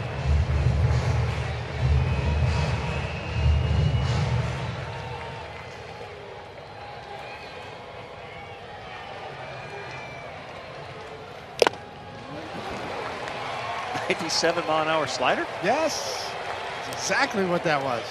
Cutter. Why not? Right? Getting late, I thought I was seeing things.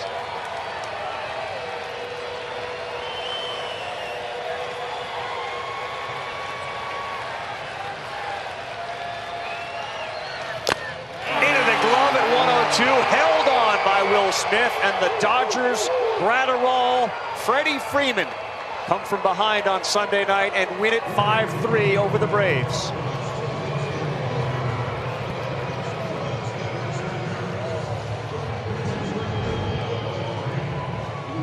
After the cutter, back to the sinker. Foul tip, hold it on, game over. High fives all around for the Los Angeles Dodgers. They get the victory. Graterol ends what was a 4-hour and 23-minute game. For Andy Jacobson and Ben Johnson, our director, back in Bristol. Eduardo Perez, David Cohn, Buster Olney here in Atlanta. Ed Svitas, Sarah Lang feeding us information all night long. I'm Carl Ravitch. Thanks so much for watching. We'll see you next week. Cardinals and Phillies. Now, though, it's SportsCenter. John Anderson, Michael Eaves. So long from Sunday night.